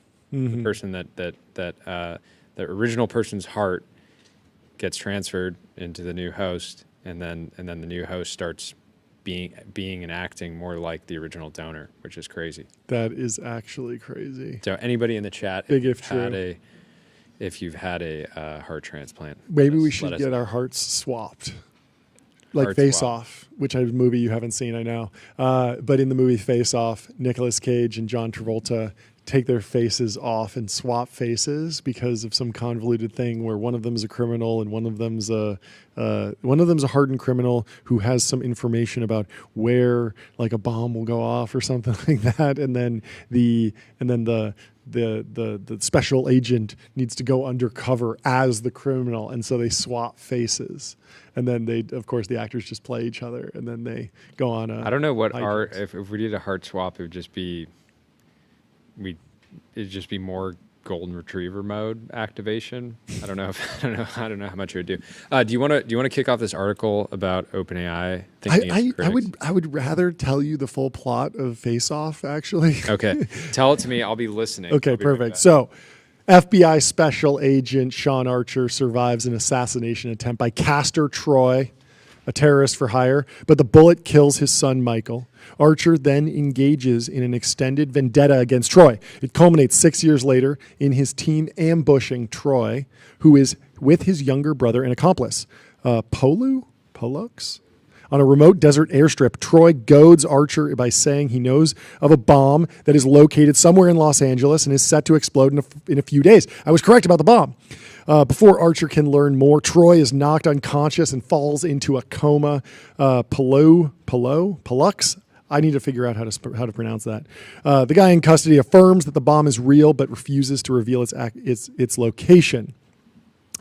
In secret, Archer reluctantly undergoes a highly experimental face transplant procedure by Dr. Malcolm Walsh to take on Castor Troy's face, voice, and appearance. Archer, as Troy, is taken to the same high-security prison where Palu is being held in order to obtain information on the bomb's location. Troy, we got some visuals for you, John. Oh, you got it? Yeah, this is great. Troy unexpectedly awakens from his coma and discovers that his face is missing. He calls his gang and they force Dr. Walsh to transplant Archer's face onto him. Meanwhile, Archer successfully learns the bomb's location from Palu before being informed that he has a visitor. Anticipating a reunion with his colleague and return to his normal life, Archer instead finds Troy wearing his face. Upon revealing he has murdered everyone else who knows about the face transplant, Troy gleefully informs Archer that he looks forward to running his FBI career and ravishing his wife. It's a great film. It's a classic, 90s. Is it 90s? When did this come out? 1997 thriller. You got to watch it. It's the best. I'll add it to my list. You should for when the Singularity hits. Do we have the Singularity tracker up and running yet, or is it working, Tyler? What do we got? Yeah. How many days until? Right now it's at 344. Can you? 344 days. 344 days until what? What do we say? Until AGI? Till AGI. Until the Singularity? Yeah, actually. You need a light on Tyler, that. hold it up. We can't really see it. Yeah, you need a light. You need a light on that. But we got a ticker. We got an analog date tracker. We will be tracking the amount of days until the Singularity. Sam Altman said that the Singularity is just a few thousand days away. Wasn't that what he said? How did Sam Altman exactly describe the few thousand days? He said, super intelligence is a few thousand days away. Super intelligent AI. So that's ASI. So AGI is here, essentially.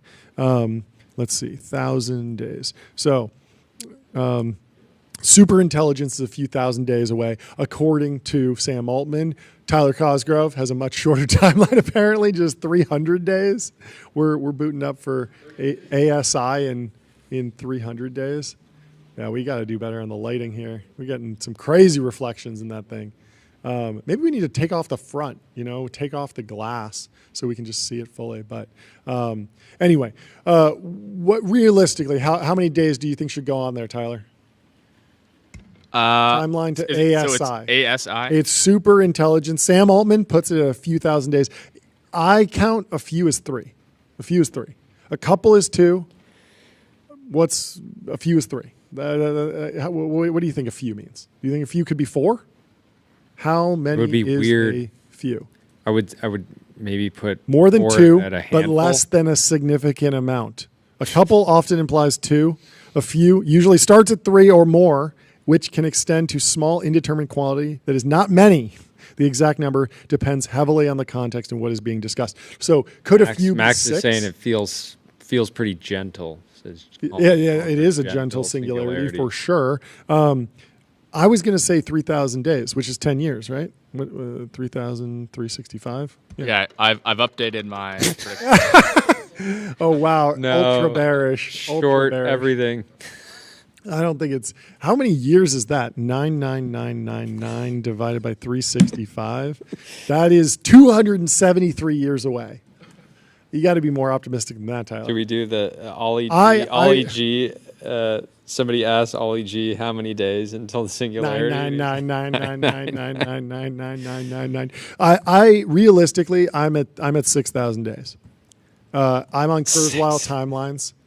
Kurzweil timelines put us at maybe even more. Honestly, maybe 7,000 days. You put it in GTA terms, like is that GTA? GTA 7, or 8? GTA 7 probably. Okay. So I'm on 2045 ASI, Kurzweil timelines. I remain unchanged by any developments essentially. So 2045 ASI arrives. It's the singularity, and so I'm around 7,000 days. Sam Altman said a few thousand. Is 7 a few? I don't know. We'll decide. But Tyler, feel free to update that to whatever you think is the correct estimate for when ASI arrives. Jordy, you've gone from not AGI pilled to extremely AGI pilled, back to top signal maxer, extremely AGI not pilled. How are you feeling about the progress towards super intelligence? I think we're a few thousand days away. I think there's only. It feels like there's this very small number of people that have any real sense of the truth, and they're all extremely conflicted. They all have no incentive to tell you that it's. Yeah. They have an incentive to be try to be a little realistic about it, but they have no incentive to say, we're 10 years away, or it just all feels. But you specifically don't have foundation model lab bags. You have Adio.com or Adio bags, customer relationship magic. Adio is the AI native CRM that builds, scales, and grows your company to the next level. Obviously, Adio has their own timelines, but what are your timelines? I don't even know if it's the right. I think are you over under my estimate of 7,000 days until super intelligence and a singularity? Me and Ray Kurzweil riding together. Are you earlier this is or self-reinforcing? Full on super intelligent, smarter than everyone, can do any job, can do anything. Can make itself smarter. Yes, smarter, and it's smarter, just like smarter. it's a thing that just runs. One shots anything. Full self-reinforcing. Who knows? Maybe it goes to war. Maybe it just leaves. But it is fully definitely more than a decade. Definitely more than a decade out. Yep. And so over 3,000 days for sure. And, that's the low end of Sam Altman's prediction. Yeah, I still find it hard to believe entirely. So maybe never.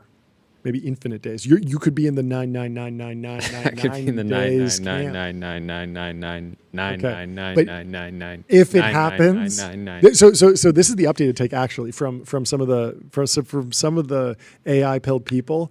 They will say it either happens very soon or doesn't happen at all, which is kind of a funny way to frame it. But if you put it in those terms, if it happens. 10 years, 20 years, 30 years? What are you feeling? I just feel like it'll end up being. I think we're going to continue to get more and more advanced capabilities, but I just believe that even the smartest people in the room, clearly we're getting machines that are just more intelligent and capable in many ways than humans. Yeah. But you can take and I just sort of disagree with the ramp that will come from that, right? Because if you took 1,000 of the smartest people in the world and put them in a room and you say solve world hunger or get us to Mars, it's they're not going to do it, and it doesn't work. It's not going to happen in a year. Yep.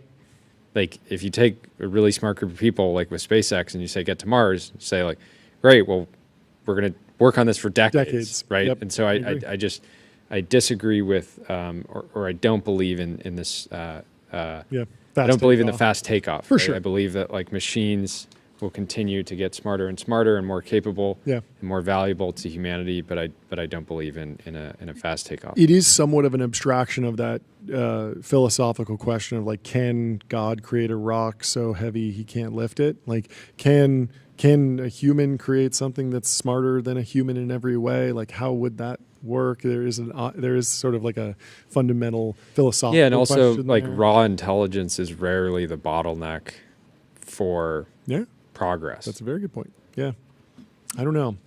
I still am rooting for the Terminator outcome, where superintelligence comes around 2045. We go to war, and the indomitable human spirit wins out, and we kill all the robots, and we win. I think that would be the most exciting outcome. That'd be fun. Because it would be so unifying to humanity to have a common enemy, the clanker.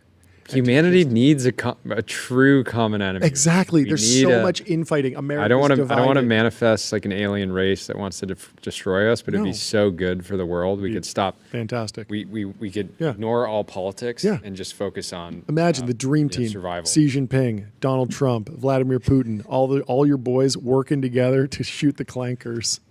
Be great. It'd be amazing. And the funny thing is that the Doomers will come to you and they'll say, A uniform "Haven't that you just seen says human race." Haven't you seen the Terminator? That's what's going to happen if we create AI. We're going to get the Terminator outcome. Well, I've seen Terminator. I know you haven't, but I've seen Terminator. It's a What good happens outcome. in Terminator? Who wins at the end of Terminator? The humans. The humans win at the end of Get it Terminator. again. That's the conclusion of the movie. They fight and the humans win. And so if we get the Terminator outcome, that means we win. That means we win.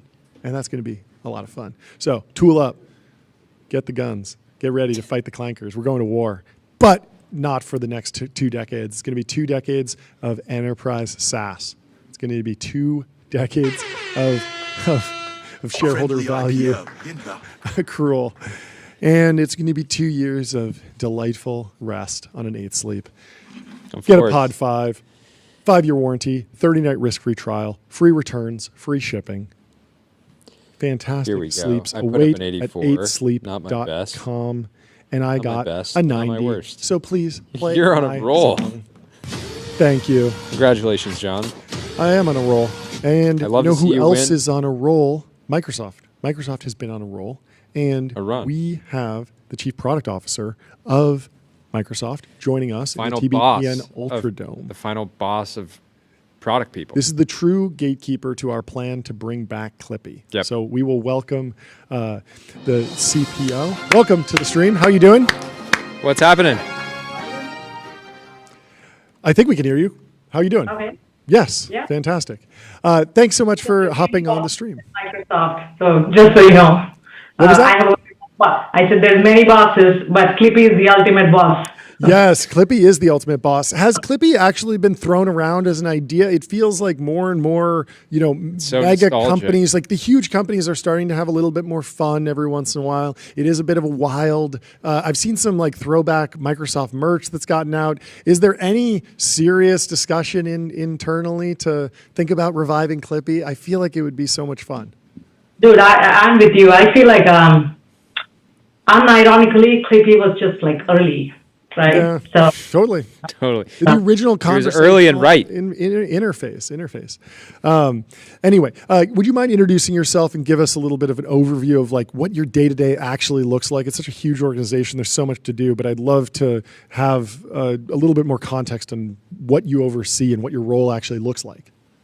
yeah, let me give you the lowdown on me. I've been at Microsoft for 2 years. I'm the chief product officer for AI at work. Yep. So focused on kind of like how do you make work great again Yeah. with AI.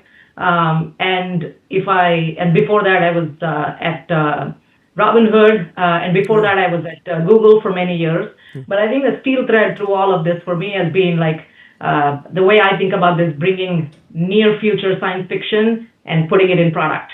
Yeah. And making sure that billions of people have it. So I did that with Google Search, and then I founded this area called Google Lens, with where the camera turns into a search engine, and of course Robinhood for first-time investors. And at Microsoft, my focus has been, and our team's focus has been, we have hundreds of millions of professionals. We've got to make work not just about doing more, but about being better. So. How does Copilot work? What are the agents that you get for work? Today you get a badge and a PC. Should you get a team of agents?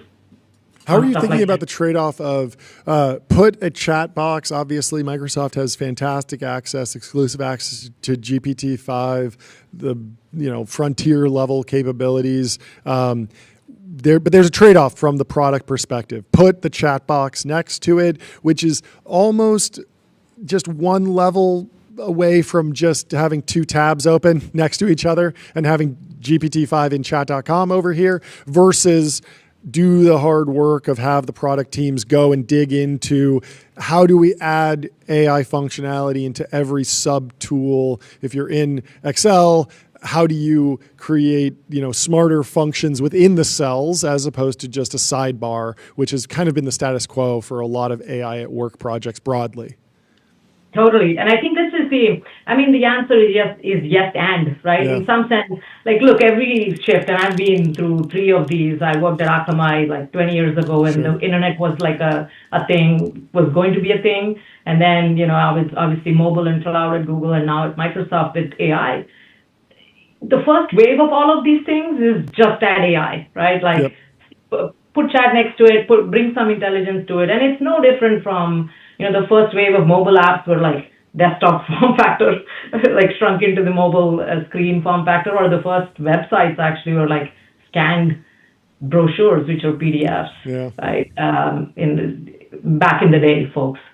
And I think now I feel like that's why you see across the industry saying, oh, let's add AI to it. But I think the yes and comes from 2 things. One is you want to make sure that when there's a natural way, because of the natural language interface, you're actually asking AI to do a lot more higher order things, right? Instead of this fine-grained manipulation of let's go through 200 menus and remember the magic incantation. You want to kind of say, hey, do it for me, right? So there's a bunch of things where chat is the right answer. But then there are other things where if you're an Excel bro, you want to be in your IDE, right? Yeah. And get your get the assistance right where you are. So meeting you where you are. So if you saw last 2 weeks ago, we talked about and we announced the equals Copilot. But that's is the hello world of what we are thinking of and say, how do we actually right now in Teams or in your meeting, how do you have assistance, right? Yeah. Along with the chatbot. Yeah, from a product perspective, there's something very interesting going on where Microsoft kind of coined the term or the definition of being a platform where the companies that built on top of Windows created more value than Microsoft captured. And it was the classic example of a technology platform driving incredible value. There's something potentially, at least that we've been tracking, where we've talked to 3 or 4 different companies that are building AI add-ons to Excel. Or trying to rebuild it. Or trying entirely. to rebuild it. But a lot of times it's actually integrated into Excel. Yeah. And there's one frame where, those companies are going to get steamrolled by Excel and the team there. There's the other frame, which is... We said it, not you. That's a risk that I'm sure every investor in those companies is discussing. But then there's another frame where Excel becomes a platform, like Windows became a platform, and there is a robust ecosystem of apps and services on top. Some of those that are complementary to Copilot functionality, some of those that are competitive. So I guess the question is Excel becoming a platform, and do you see how do you message around the openness of the Excel platform? Are you trying to take learnings from the openness of the Microsoft ecosystem and bring that into the developer communications on top of Excel, or is there a different strategy at play? Yeah, and I think super sharp point, and I think in the fullness of time, Office as a whole has always been a platform, right? If you look at Word, Excel, PowerPoint, actually Outlook plugins, Teams has a very healthy bot ecosystem. So the platform play has always been kind of at the center of it. And it's the question though is keeping the user in mind. Are there things that are much more intuitive and native to be part of the product? And are there things that are kind of let's say you're doing something very specific for accounting? It is absolutely the right thing for that to be a plugin and add-in versus doing something horizontal that should really be a feature of the product. So that's the way we are thinking about it. Have you thought at all about how AI can supercharge the way people use LinkedIn? I imagine that there's a lot of that might be a completely separate world from what you're doing, but it does seem like something that that in the future people have been out there for so long. I need a personal CRM. I need some sort of thing on top of my LinkedIn connections to remind me. And you get those, like on every social app, you get the reminder, hey, it's somebody's birthday. You should write them a note.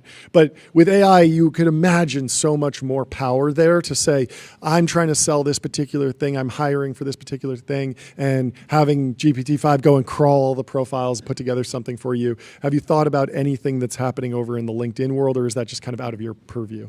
Look, Ryan and I talk all the time, and he's actually like much more front and center on the office world now. So I think the thing that's interesting there is that a lot of these ideas were just like unfundable or bad ideas before because it didn't have enough tokens. So my favorite thing to say is like, take all these like ideas people thought were like really bad. So for example, like I'd have like a whole bunch of people pitch back in Google the whole alerting, oh, wouldn't it be great if you could kind of like ongoing do like event discovery? I'm into this favorite, like my favorite band is this obscure thing, and like, wouldn't it be great if I knew something about like when they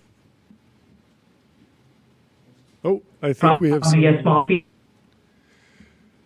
I think we're having some technical difficulties. Actually, Sorry, I think we're having some technical difficulties here. Can you hear us okay? I can hear you. It's fine. Okay, sorry. We're back. I think you're cutting out. Let's move on to. I didn't say anything controversial. No, it's not that. I think it's the backbone internet infrastructure in this country that's controversial. What about? Yeah, I guess like my biggest thing that I'd be curious to get your insight on is are there, like, how many businesses in the Microsoft ecosystem have just totally opted out of AI, that are not responding to upsells, that are just not interested? Maybe they have employees that are kind of using various AI tools themselves, but I would have to imagine it's like a very, very large percentage of companies that are. Au contraire, I think it's in fact we've had like more than 90% of Fortune 500 using some form of like Copilot AI products. We have like 100 million customers that we've just crossed 100 million across commercial and consumer on Copilot usage. The thing that's actually interesting that I see is maybe a variant of what you're asking, which is like there's one extreme. There's a set of folks who are just leaning the posture is much more proactive, I would say, and kind of like in the game, get in the arena, building stuff. It's not just about, like there's an off-the-shelf thing. This is a chatbot that I'll buy and see who uses it in my company.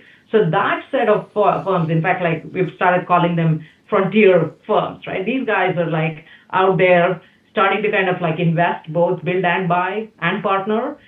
And we are starting to see, those folks actually get a lot more out of AI. So for example, like one example for me is like, these guys are using the reasoning models. So if you step back and think like, where we are in AI, the first version of AI, it's just been more about like next token prediction and like chatbot, right? Yeah. But the next real big unlock came in January and February around that time when the reasoning models came online. Yeah. That's when we saw a very clear shift. There's certain companies that just jumped in and said, all these things that we couldn't do 6 months ago or 1 year ago, let's try them now. Has that been in fact, affecting, including Microsoft, by the way? Yeah. Has that been affecting gross margins? We saw in the Wall Street Journal yesterday that Notion obviously sells a few competitors to Microsoft products, saw gross margins drop from 90% to something like 80%. I was talking to Ivan. He said it actually wasn't even that bad, but there was some sort of an impact. Obviously, you can upsell against that. But how is the economic trade-off? How are you thinking about that with selling? Obviously, people want frontier-level intelligence, but it might change the economic equation. Are you seeing anything that indicates that going forward, the fundamental gravity of the economic equation might be different? I mean, look, I think it's going to be proportional in the sense that, like, I was joking with someone saying, like, using GPT-5 thinking, in your product is like taking a flying car to a grocery store, right, or O3 Pro. Yeah. Like, so in some sense, you do have to be judicious. It's no longer about, like, just being a wrapper on the model. Sure. Yes, the model is eating the product, right? Absolutely. So that's, I think, one thing. Both these statements, seemingly contradictory, are true, and we're seeing that. On one hand, the model is eating the product. What do I mean by that? Like, internally, even us, we spent a bunch of time trying to solve what I call the six-finger problem, right? Like, remember 2 years ago when DALL-E 3 came out, and like, to generate humans, it would be like 6 fingers and 18 toes or what have you. And there's a whole bunch of startups that said, oh, we'll solve that, right? And a whole bunch of product teams inside Microsoft too, saying, oh, we'll just like figure out how to solve the 6-finger problem. Metaphorically speaking, 6 months later, the model GPT-4o came out, and like, there's no longer a 6-finger problem. Yeah, I mean, So hallucinations. Yeah, hallucinations seem to be at an all-time Exactly. low. Like the models are getting way more reliable. There's been a lot of reports of consumers developing like friend-like relationships with various LLMs. Do you have? Is there any evidence that employees at companies are developing real relationships with AI in the way that some people on Reddit have developed relationships with models like 4o? Yeah, I mean, I think we've made the product choices that kind of squarely put AI at Microsoft as tools, right? Yeah. And even these tools, they can be agentic tools, meaning they can be working for you in background. You have a natural language interface to it.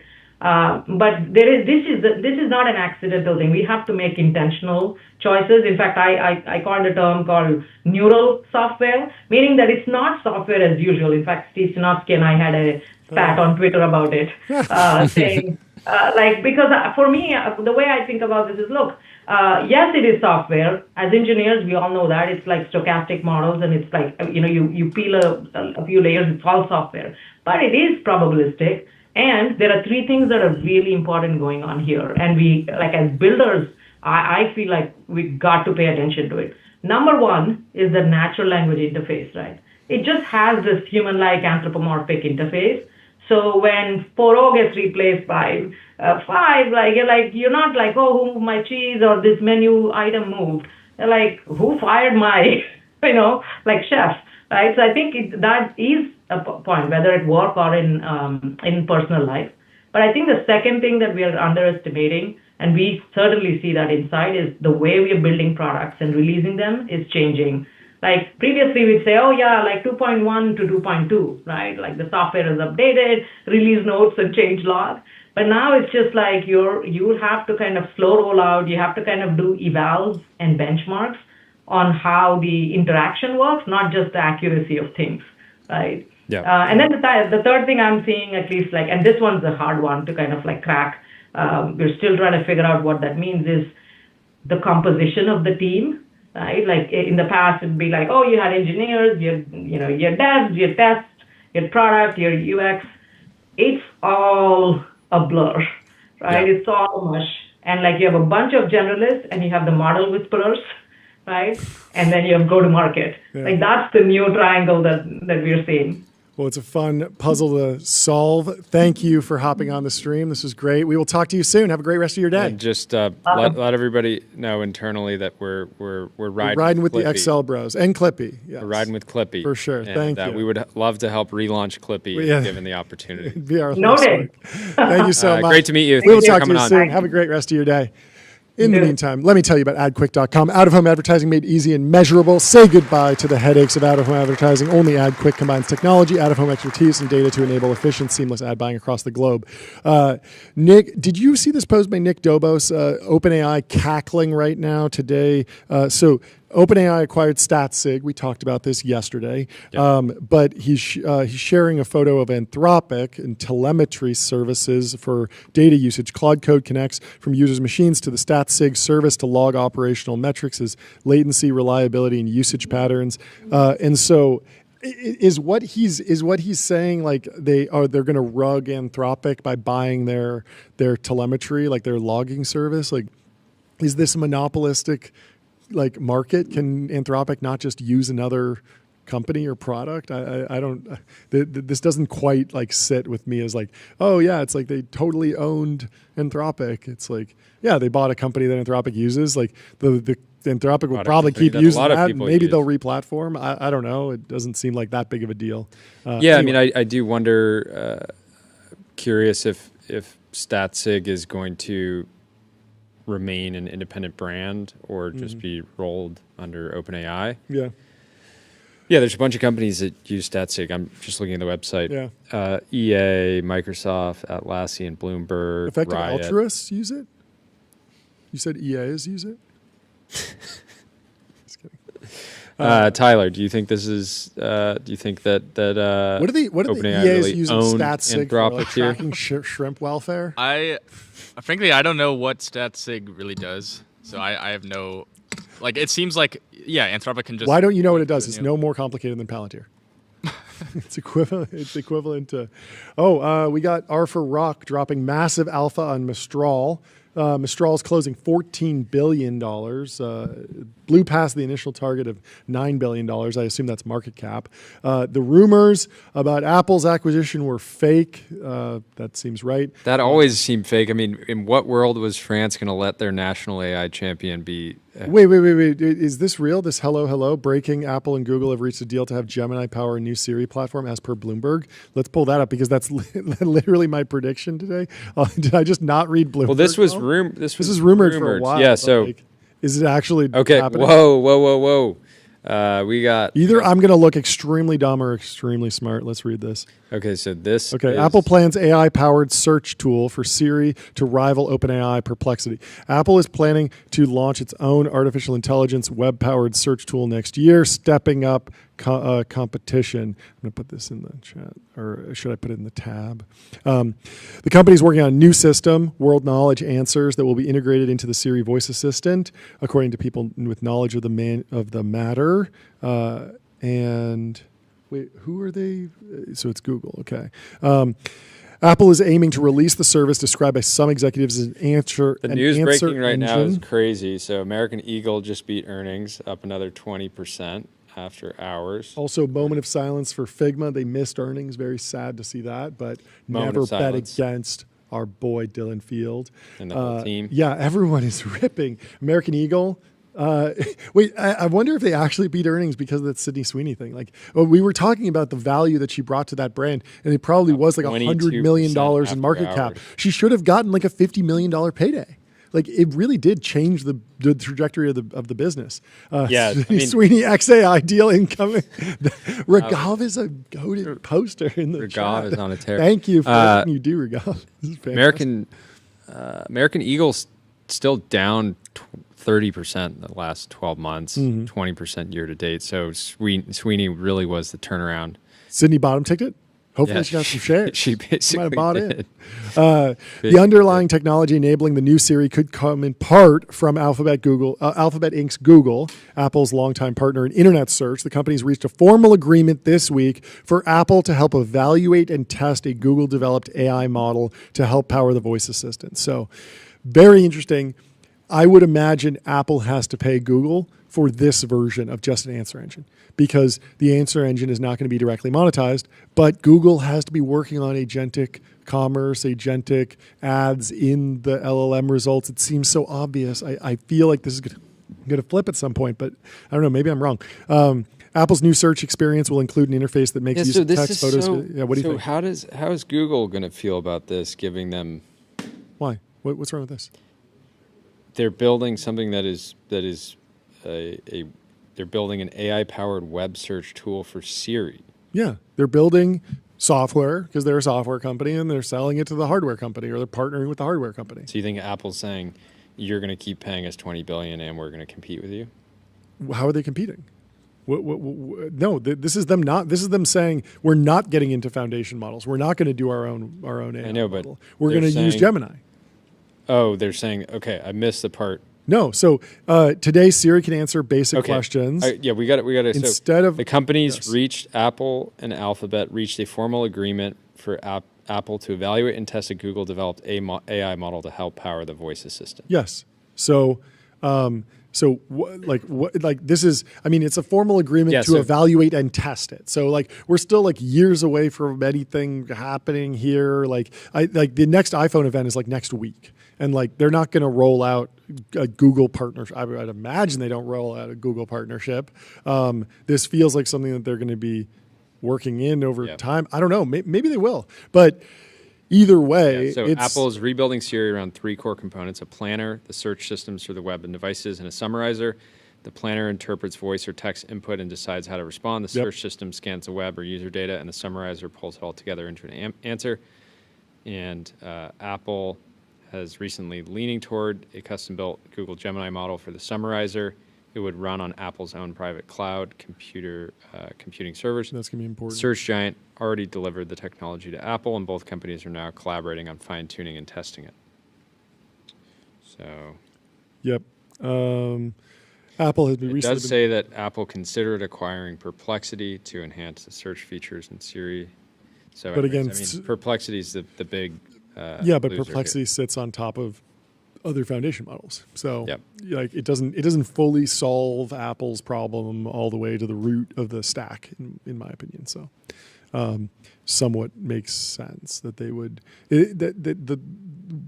the secret sauce that Perplexity builds is something that Apple's like capable of instantiating. Yeah, what you got? So I'm reading the article. It says Google was not initially the front runner for the Siri project. Anthropic had been in the lead for the deal, but then their price was too high. Yeah, Interesting. So this Anthropic demanded a high price for using its technology, more than $1.5 billion a year, and Google was open to more favorable financial terms. So the end result is that we should expect that Apple pays Google less than $1.5 billion per year to vend Gemini models into Siri, essentially. And I feel like as soon as Gemini has ads in the results or monetized commerce in the results, and Apple can take a cut of that. Apple should want to take a cut of that. And so it feels like this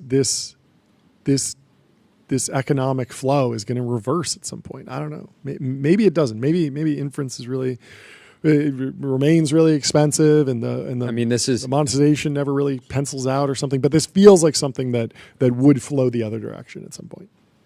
They're a gatekeeper. They're gonna take a cut. Yeah, I mean, OpenAI is now in the league of actually, like they're very much in the Mag 7 league in terms of competing. I mean, this in a world where Apple device users are just pushed into using new effectively, this is a Google product, right?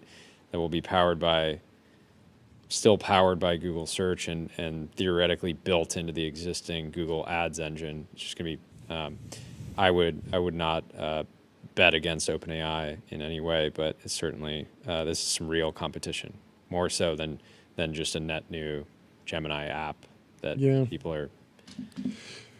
I guess the question is, what is the value of this particular knowledge engine, right? Isn't that how they're characterizing it? Like the what's it called?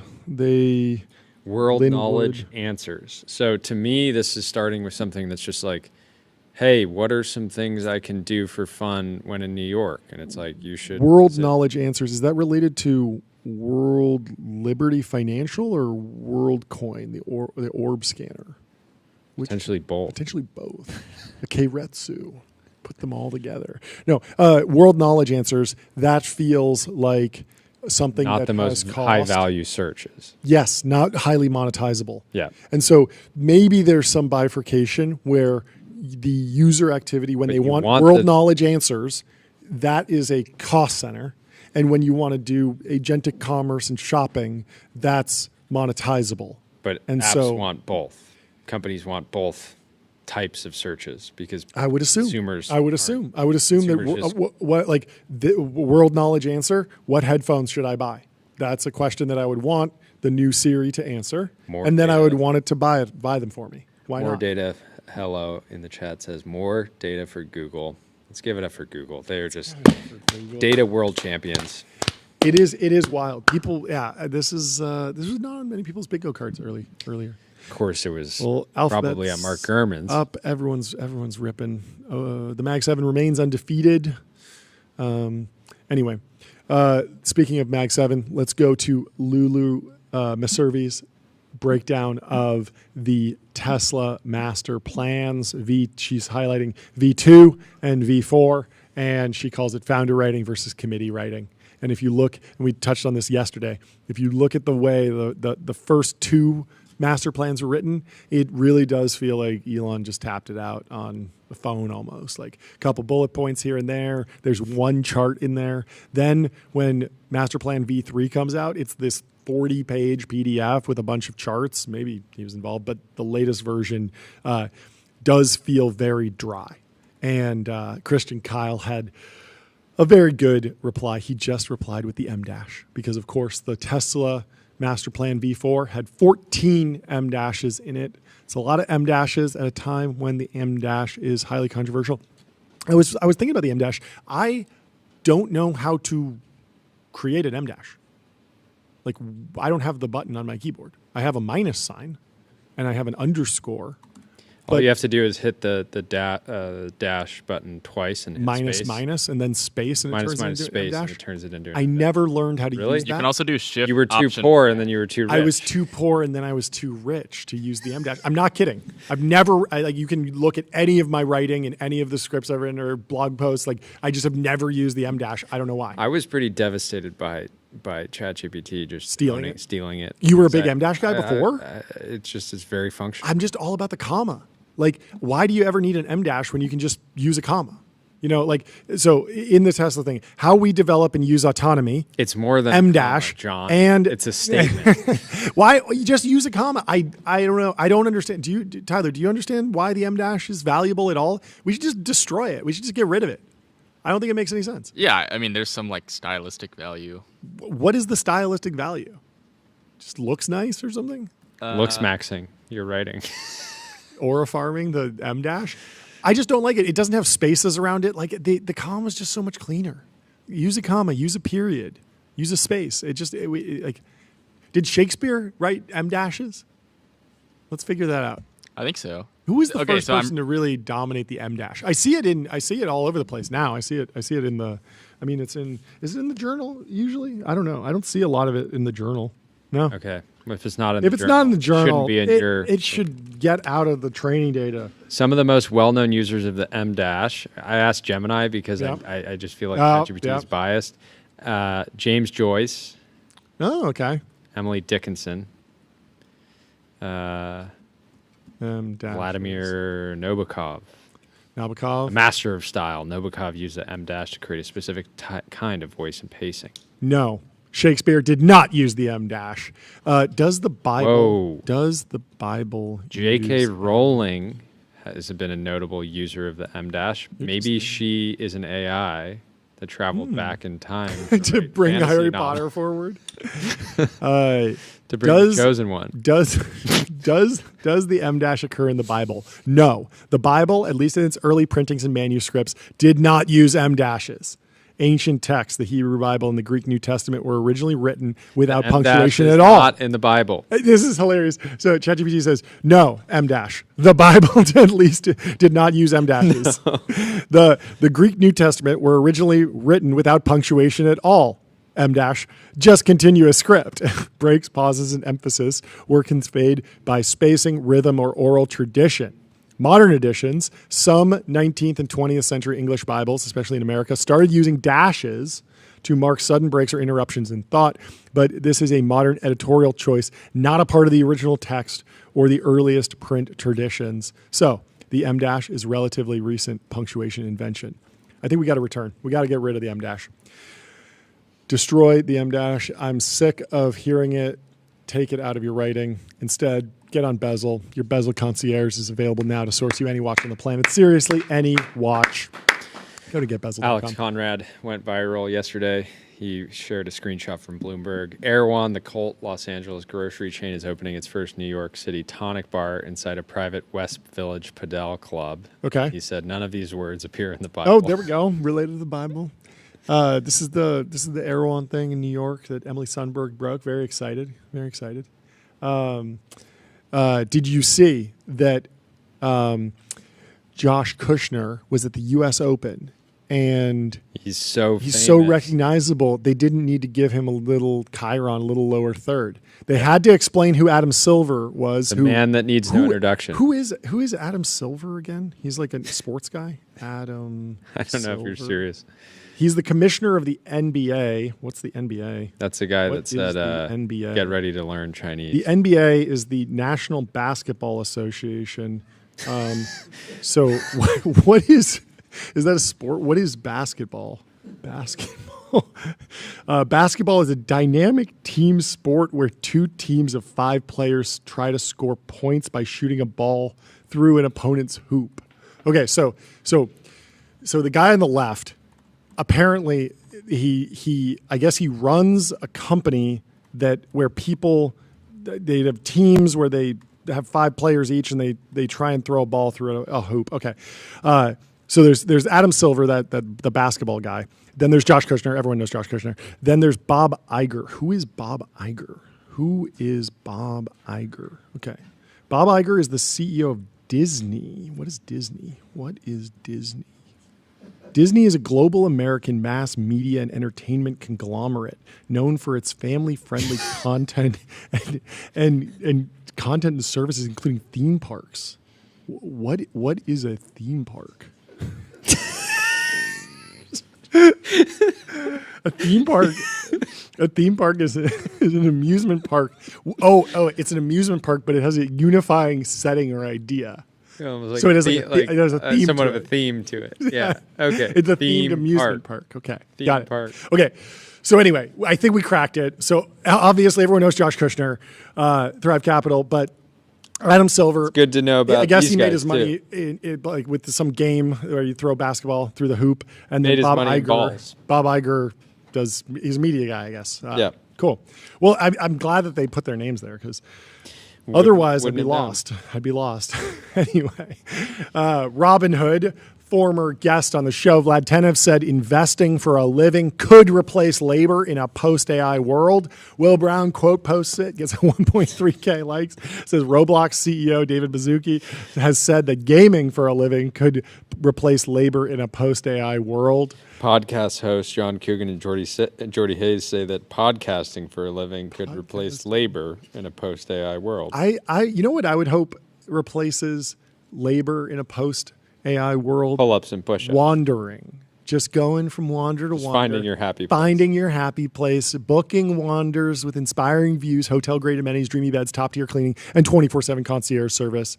It's a vacation home, but better. And in just 6,000 days, you'll be able to just spend all of your time wandering around. Hopefully. Last post before we go into our next guest. They're in the Restream waiting room. They're about to come into the TBPN Ultradome. Get that gong ready, John. Would you buy Ilya Sutskever merch? Alps has printed Ilya's head on a hat and also on a mouse. Went mega viral with 2.6K likes. People are excited. I mean, the mouse looks clean.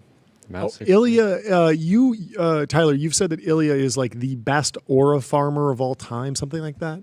He's a goated aura farmer, yeah. But I feel like in terms of his aura farming strategy, strategy, like I'm 100 years old. Yeah, I would argue that his aura farming strategy is do nothing, win. I think that is an example of aura farming. It's kind of like a nonchalance, you know? Yeah. He has a certain je ne sais quoi. Yeah. Don't nonchalant for nonchalant with Ilya. That's my advice. You don't nonchalant. Don't do it, dude. Don't do it. He will post up like this. He will out nonchalant you for sure. For sure. You'll get roasted. Don't even try it. Also, don't go fundraise with our next guest. Ilya or a farm. Richard from U.com. Oh, he did? No. Oh, I thought that was news. Anyway, we got our next guest in the Restream waiting room coming into the TBPN Ultradome. Welcome. We got Richard from U.com. How you doing? Very well. How are you guys doing? We're doing fantastic. It's a wonderful day. We're having a great time. What's new in your world? Give us the news. Yeah, any big numbers? We just raised $100 million at a $1.5 billion. Boom. When did you start the company again? In 2020. Overnight success. Nothing like a 5-year overnight success. Love it. Give us the update. You were on the show. Was it? I'm forgetting. Was it maybe 3 months ago at this point?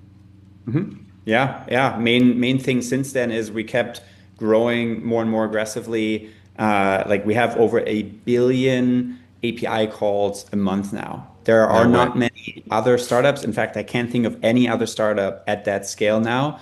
And these API calls give search results for both people directly, but also for LLMs. Like the way we search is going to change, right? So you have this whole Google thing that's unfolding now, but that's kind of the last, sort of pass of searching. Now, people are going to search more and more through the LLMs, and LLMs can search hundreds of times and then summarize all of that content for you, right? So it's a whole new world, and we're building composable infrastructure layers for companies and startups, massive consumer companies like DuckDuckGo, and also enterprise companies like Harvey and Windsurf. The NIH is a customer of U.com, Telegraph, like lots of different organizations, both for the APIs, but then also we build end-to-end solutions because not every company is ready to just like take in an API and may have an epic AI transformation. So we're doing both of those together. Yeah. When did you realize that it made sense to combine those efforts? I'm sure early on companies like maybe actually building out these this infrastructure for companies was not something that you were selling, and then you realize like, hey, in order to actually unlock the value of our product, we need to kind of like hand deliver some of these features. That's right. Yeah, for the last couple of years, we were the most accurate answer engine in the world, but normal consumers, they care more about marketing and fun ads and stuff like that and designs. But companies kept coming to us and be like, we did a benchmark. You are the most accurate. We need that. You know, there are hedge funds, the NIH, like journalists like that really care about accuracy. And so they are like, we want that technology, but we don't necessarily want it on you.com. We want it inside our own products, on our own websites, in our own apps and so on. And so at some point, there's so much market pull there for the technology that we said, let's build out a proper sales team. Let's really go to market with those APIs in an enterprise context. Give us your reaction to the Google news today. They beat the charges almost. I mean, they were found guilty, but then the remediation was pretty battles, minor. they won the war. You're obviously an expert in this category. Walk us through how you process the news. Yeah, I mean, I think overall it goes in the right direction in terms of giving some more access to certain companies for their index and some of their data. At the same time, we're a startup still, and by the time this gets really implemented, they're probably going to try to appeal it and so on. It's going to take another. We were really struggling to understand what giving the search index one time and then on an ongoing basis means. It's only like some percentage of the database. Yeah. They're giving you data based on some percentage of your queries. Yeah. Can you explain like what exactly is available? Can I just go get this data? Can you.com go get this data? Can anyone get this data? Like what does it actually take? Or is this just like Microsoft Bing and the other like DuckDuckGo, like the big competitors? Are they named? Like how does this actually work? Yeah. So no one fully knows yet, right? Sure. There's like recommendations from Judge Meta, and then so there's like a ton of Meta with an EH, not company Meta. But insider dealing if it was METN. But like my hunch is the most extreme scenario here would be like they have a full-on API the way you.com right now sells it, right? Which could be good for some people. My hunch is they're gonna try to drag their feet as much as possible on that for as long as possible, because that is very much core IP for them. And then they're also going to realize that the index, the way it used to be built, was for people to decide which of 10 blue links to click on. Our index now is looking very different. Sure. It can go deeper, it can crawl more, it has these decomposable components, and it actually gives you much more content per link back rather than just a short snippet the way like the Google search results would. And so by the time this all comes out and is might become available maybe as an API, it'll probably be somewhat outdated for the use cases LLMs need. Do we need an API here? I feel like if I have an AI agent that has a browser, the browser can go to Google and search for me and then scrape the results. Like, is not the the front end, the API? Does Google have a blocker on this? Can OpenAI not just Google things? Their employees can Google things, I imagine, but can they not resell that to me in their chat app? What's the dynamic there? Yeah, it's a really interesting world, actually. There are not many real web indices out there, and you have a lot of startups, including some of our competitors, who essentially just do what you described through so-called SERP APIs and proxy networks, where you have your phone, you have your smart TV, and you install some app, and that app then has some SDK installed somewhere where if you're not using your phone or your TV, it becomes an IP address. Interesting. That then pretends to be a user, goes to Google, scrapes the content from a search query in that, sends it back to centralized IP, and then folks sell search results, but they're really just Google results. Literally, biggest competitors in the consumer space are just really fast at scraping Google results and then connecting it to an LLM and doing all of that. It's hilarious. Now, the problem with that is that if you're a bigger company like OpenAI or Facebook Meta, they wouldn't want to send all of their data and all their queries to Google, right? They're literally trying to compete with them. So that's not an ideal setting. Two, it doesn't really scale. Because Google can and does shut down these proxy networks all the time, and they try to block it and have CAPTCHAs and all of that. And then three, as you go through someone's random phone and maybe they did click on something, now it's really slow. And there's slow response times. And so where we actually have benchmarks that we can, back up, we can go on u.com and find them, we are super fast and we're more accurate than Google SERP APIs. And that is very unique in the market. What about this news? It just broke that Apple will be potentially partnering with Google to have Siri powered by some sort of version of Gemini. Was that on your bingo card? Was that expected? Does that seem like a reasonable kind of end state of the market dynamic? I was talking about this earlier. Feels very something that feels like it'd be on your forecast, given that you guys are helping a lot of companies build these sort of knowledge. Yeah, if you're in Business 101 going to Silicon Valley, you would say that the ability to search and get great results is valuable. Therefore, Apple would be paying Google for search results. But in fact, the money flows the other direction because Google's making $60 billion a year or whatever off of Safari search results. And so how do you see the relationship and the economic flow changing there? I think the news report was that Anthropic wanted 1.5 billion and Apple said that's too much. We're going with Google, and Google will be getting less than 1.5 billion maybe from Apple for the rights to use the LLMs. But what's your take on all that? Yeah, so a couple of different angles here. So one, it's surprising that Apple cannot do it themselves still. It's kind of crazy and surprising. They're trillions of dollars worth and somehow are not able to execute on this themselves. The second thing, and they have great privacy at Apple, but then they partner with companies that have a different stance on privacy. So there's interesting complexities there. The second thing is that indeed, one of the biggest changes also of the ruling today was that Apple will continue to be allowed to take the 20 billion to not build their own search index, right?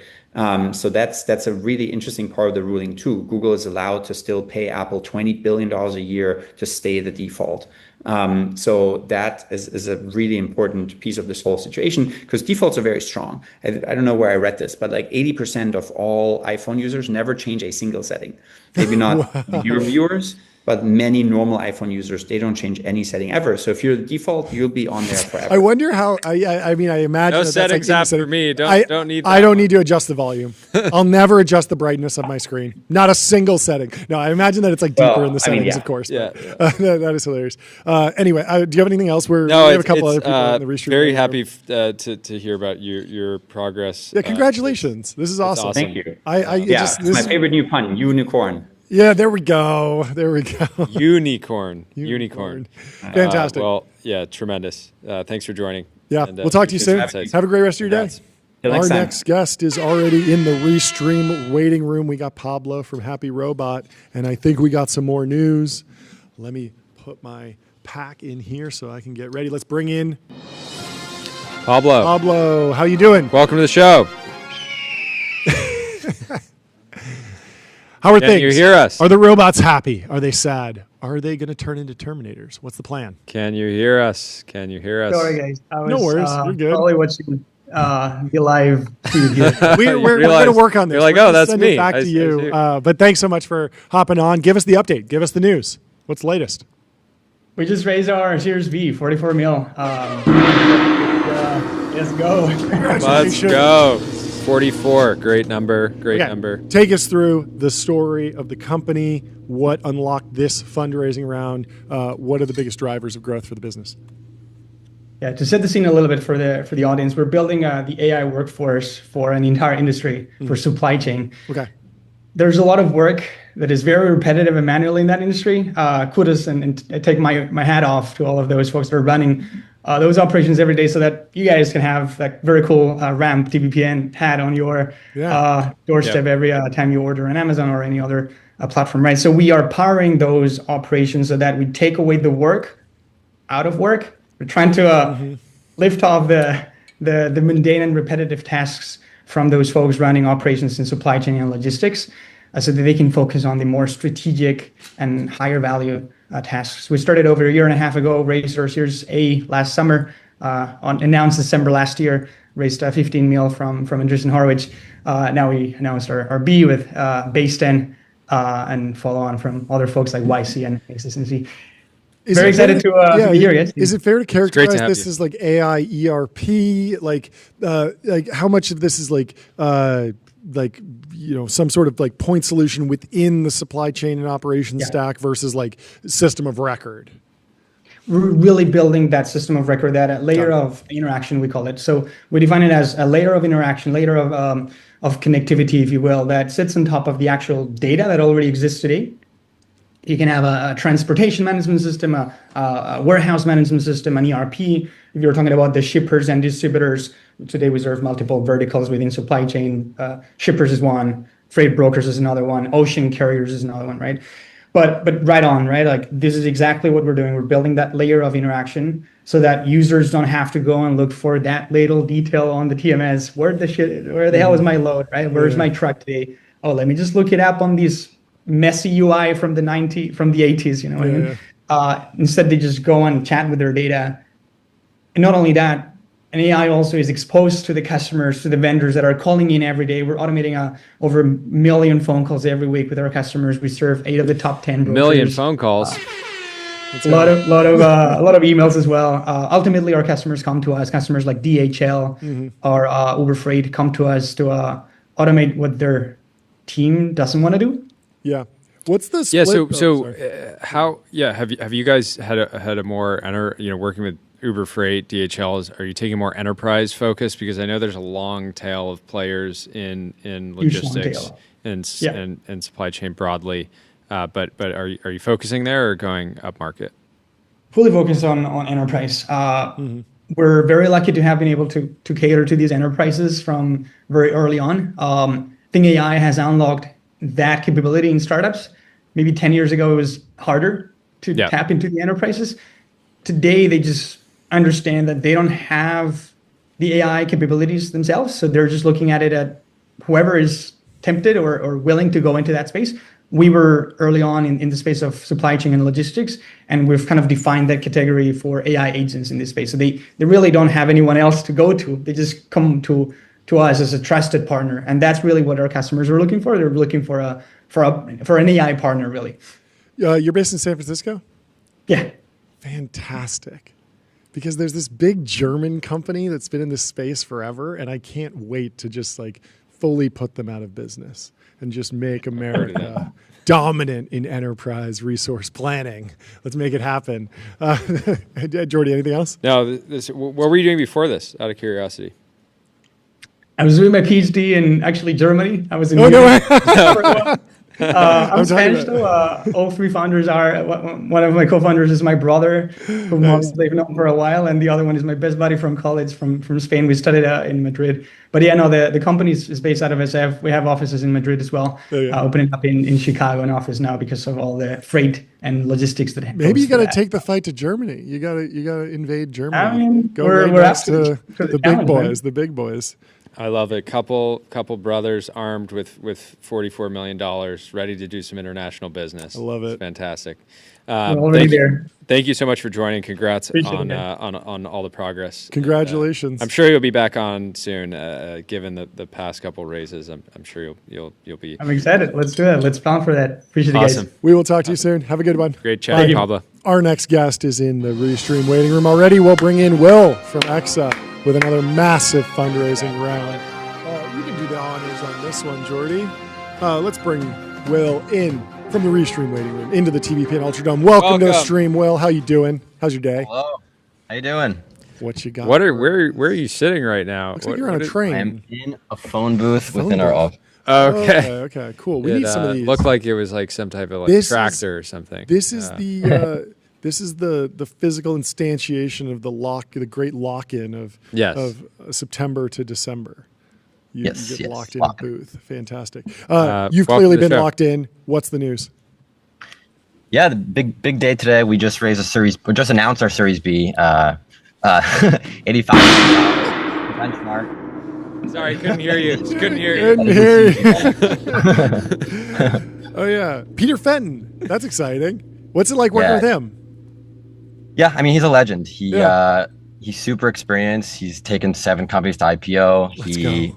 He just honestly, his vision for Exa was just like matched or exceeded ours. And so that was really exciting to work with a VC who just like saw what we saw and saw how big this company could get.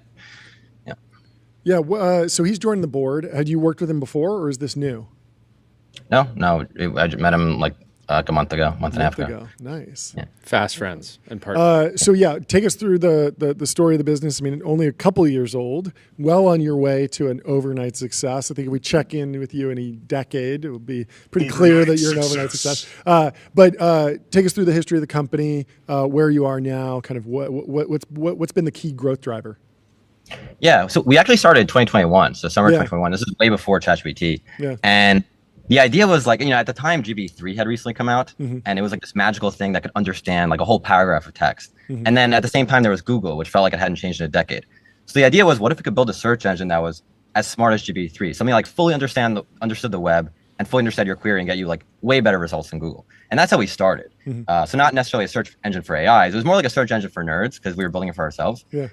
And then when ChatGPT came out a couple years later, it turned out that like the search engine we were building for ourselves for nerds is actually perfect for AIs because AIs and nerds are very similar. But yeah, I mean, basically we had to go build a search engine from scratch for years, which is really hard. So we did, we bought a $1 million GPU cluster after YC. We trained, a ton of different models, tried a ton of different transformer architectures until we had like a new type of search engine. So the GPUs are trained to actually. So you're not doing crawling on GPUs, right? That's like traditional CPU workloads, right? That's right. Yeah. We still have our CPU clouds, batch processing, and then we train models on our GPUs. Okay. There's been a ton of news today in the search engine world with the Google news. Like, what's been your interpretation of it? Oh yeah, I mean, there's so much. Like, what's crazy? Like, AI is very exciting, but then search for AI is like now the most exciting space. It's really cool.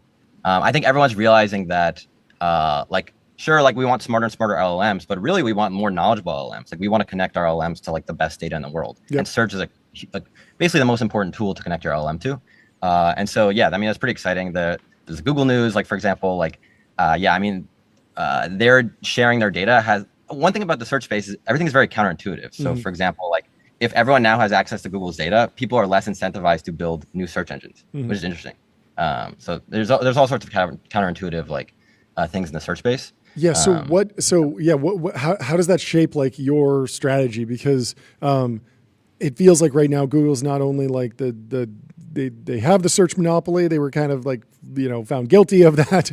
The remedies are not exactly putting them on the back foot. The stock's up 8% today, and it feels like they're partnering they're going even deeper with Apple potentially. The Bloomberg reporting that just came out is that there are rumors that that Apple will be partnering with Gemini to test out if Siri can be powered by Gemini, which is obviously built on top of the Google crawler and Google's search index. And so is the future for you look like a really long tail of, tons of businesses that need to use some form of like best in class search, and they can't go to Google for a particular reason at like an API level because Google doesn't want to sell that as a product, and you're there to sell that? Yeah, that's exactly right. Like a big difference between us and Google is that Google is not trying to be search infrastructure. They're trying to be a platform. Like they want people to go to Google. Yeah. But we are uniquely trying to be search infrastructure. So we want a long tail of companies, like every company, to be able to have the highest quality search inside their applications. Yeah. And so that makes us very unique. Like when we said we were a search engine for AIs like a couple years ago, no one really got what that means, but I think that world has really played out where now we have thousands of companies using Exa, powering all sorts of applications, whether internal or external, with high quality search. And like you said, like Google is not doing that. Like they're not going to have an API because there's a lot of searches that are valuable in the context of specific applications that are actually not even that valuable to Google, right? Like yes, like when you're trying to retrieve information that you can then take action on, that's not necessarily something that Google is like able to run a bunch of great ads against. Is that right?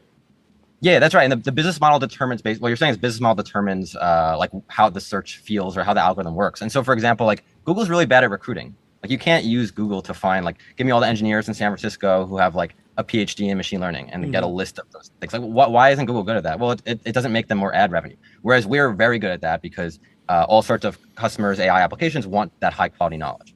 And so like the end user you're selling to like really determines the search algorithm, which also makes us very unique. Yeah. What is the value of actually training a model? I feel like there's enough of a business. I don't know if now's the best time for that particular business, but like just being the best web scraper index, you have every single web page perfectly indexed in a database that people can query. That feels like a valuable product in and of itself. And then someone else brings their foundation model to bear on top of your search index, and you're a partner to the big labs that train the big models. Why are you training your own model?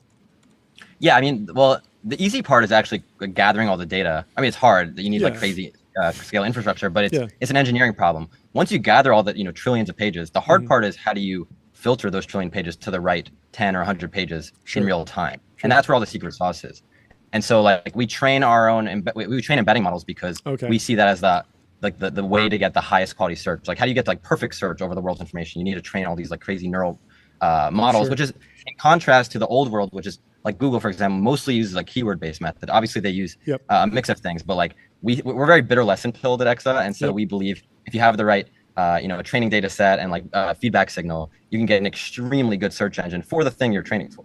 I mean, that's like our approach. When you say you're bitter lesson pilled, I feel like that's rough because like who's more bitter lesson pilled than Google? Like they have the most data, the most compute, deep mind, all this other stuff. Like what is can you walk me through like the counter positioning against like Google's like business here? The whole like Google will do it is like a complete trite over. I don't believe in it. I'm bullish on you, but like there is something weird about like what you just said, in that I would expect Google to be able to move off of keyword pretty quickly, at least from a technology perspective. Yeah, well, there are two things. So one, it actually is kind of hard for a giant ship to switch to a different algorithm. That's that's fair. They have something that works really well. People, it's very reliable, and there are a lot of benefits to the keywords we're talking. Sure. And so it's hard. You have a lot of people at the organization who are like been there for decades, who are like have a certain thing. You have all sorts of like advertisements that are connected to the keywords actually. So it's like I think the more important thing is that it comes back to the way the revenue model. So they are serving humans with ads, and so. And by the way, Google is fantastic at that. Like Google has built an amazing consumer search engine for humans to make money from ads and optimize for what humans click on. But that's not what AI applications want. So a critical point of Exa is that like we are optimizing for a different thing than Google. Google is optimizing for humans and clicks and ads. We are optimizing for AIs and AI applications and like all these complex searches that this new AI world makes. And so that explains like even if we both have a ton of compute, will build very different search algorithms. Yeah, it does seem like with the what is it, AI search overviews, like those have at least anecdotally been hallucinating like crazy. So they definitely have some gaps to bridge between like some phenomenal stuff going on in Gemini and some frontier level like reasoning models, and then some very reliable Google search results, and then the AI search overviews. Still, they haven't fully solved the hallucination problem, and some grounding in truth there. Obviously, a problem that they're working. You guys compete with you.com. We just had Richard on. Is that or is it? It's not a lot You're of like, if I see him, it's on site. Yeah. Well, because it's funny if you both announcing fundraisers today. I don't know if that was random. I saw that. Yeah. I mean, they mentioned that they do search and they also do AI agents. Like we are definitely like in a similar space. I would say like the space is very hot.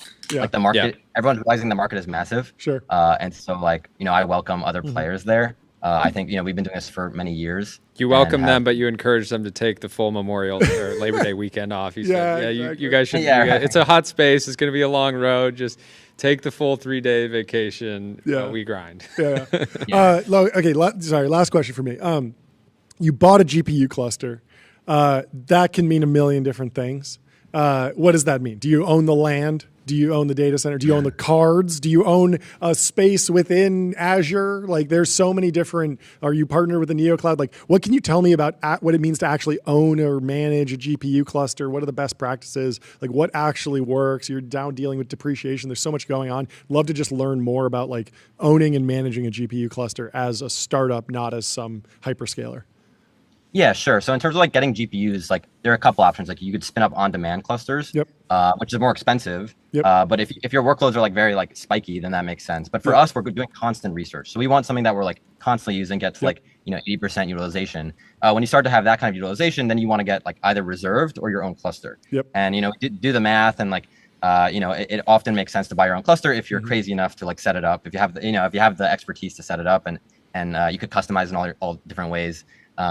And so, we kind of went that route. Also, it's just freaking badass. And like, we know we're going to get bigger and we want to have experience like building clusters. I would say like, we're not. So you have servers like in your office? Like the cluster exists physically? Okay. Because like George Hotz literally has like server racks in his Comma AI spot in San Diego. And it's like the craziest thing you've ever seen. Then Nat Friedman, when he was doing NFDG, he spun up the Andromeda cluster. And that was more like in partnership with someone else, which made a lot more sense. Because like, why do you have to learn how power routes necessarily? Like that's not necessarily the differentiator. Yeah, so we're not big enough yet. Or our previous one wasn't big enough where we had to buy the land or buy the data center. We have a part of the data center. But as we expand, at some point we'll have our own data center. I see land on your horizon, Will. Yeah. I think you got to vertically integrate. You got to buy a oil and gas tract. You got to buy the natural gas resources in the ground. Buy the sand that you can turn into silicon. Fab your own chips. Design your own chips. You got to be vertically integrated. It's the only way to win. From sand to search. Exactly. From sand to search. That's a great line. Print it. Put it on a T-shirt. Give him. I've seen enough. Give him $10 billion. Give him $10 billion. Thank you so much for hopping on, Jordy. You got anything else? No, that's great. Awesome progress. Congratulations. Thanks for breaking it down for us. We will talk to you soon. Congrats to the whole team. Have a great one. Yeah. Thanks, guys. Bye. Cheers. Our next guest, Charlie from Orchard Robotics, is in the Restream waiting room. We'll bring in Charlie from Orchard.ai. Charlie. Orchard. A Teal Fellow Cornell dropout. Wow. The legend. Royal flush. How you doing, Charlie? Charlie, it's great to have you in the Ultra Dome. Great to be on the Temple of Technology, the capital of capital. Welcome. There we go. What else can we do? Can we play a soundboard for you? Can we ring this gong for you? Do you have anything for us? It would be an honor to us. Give us something. Yeah. So today we announced our $22 million Series A, led by Quiet Capital and China. Let's go. So excited to finally have this out there. We've been growing the team a bunch. We've been scaling up our technology into a bunch of new farms. It's really been an exciting time these last couple of months. Thank you for making cool-looking robots. We gotta pull this. We'll have the team. Yes. Pull up the landing page. I want to look through this. Also, thank you for making a company with a name that directly translates to what you do. Orchard.ai. It's a farming company. It's fantastic. And I love your background, by the way. How did you get into this? Did you just like do a market map and figure out there's opportunity in farming, or did you have some background? How'd you land on that? My grandparents were actually apple farmers, and my parents did agriculture before they immigrated to the U.S. I grew up in Virginia, got into robotics early on, built my first robot when I was like 7 years old, trained my first ML model in middle school, ended up going to school to study CS and mechanical engineering. And this was kind of during the COVID years. And a lot of people don't know this, but Cornell is actually the #1 agriculture school in the nation. And we have acres of apple. Robot, John. Yeah, it's a beautiful robot. So, you made a beautiful robot. Yeah, really. Thank you. It's our amazing team made that. But it's been a pretty long journey the past 3 years to get to this point, actually. And the first iteration of this was actually this huge 6-foot-tall autonomous rover that I built in my dorm room. And then we realized, wait a minute, you don't really need a rover. You can just have a camera because you have tractors that go through the farms all day already. But really, I was talking to, I think, when I first started the company, I talked to like 100 different farmers, just drove around upstate New York, talked to everyone I could, and basically learned that, here in the US, even on the largest commercial farms, like these farmers are relying on very, very small amounts of data to make every decision. So, say an apple farmer is going to send their 10 best workers out to the fields for an entire week to count and size fruit on trees. Maybe with 400 man hours, they get to 500 trees. Seems like a lot until you realize there's 5 million trees in the farm. And that sample size is what they use to make every decision across their entire company, which is kind of insane to think about. But, we're helping them get data. Are you starting with counting, which sounds simple, but... So we can do a lot of things. We started with counting. Now we can count and size, measure color, measure grade, detect disease, measure growth rate, do inventories of plants, basically tell a farmer everything they want to know that can be, gleaned from visual information out in the fields, which is, pretty much all of the important information that they've, been lacking for these last couple of decades. Nerd out with me for a second on the hardware. I see a bunch of different lenses and cameras on here.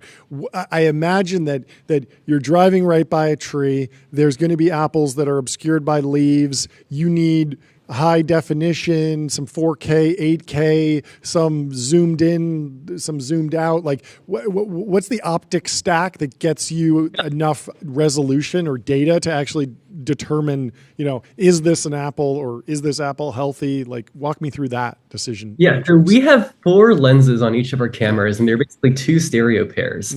We use stereo vision. They're RGB cameras. They're pretty much off-the-shelf cameras. Camera technology has gotten really good in the last couple of years.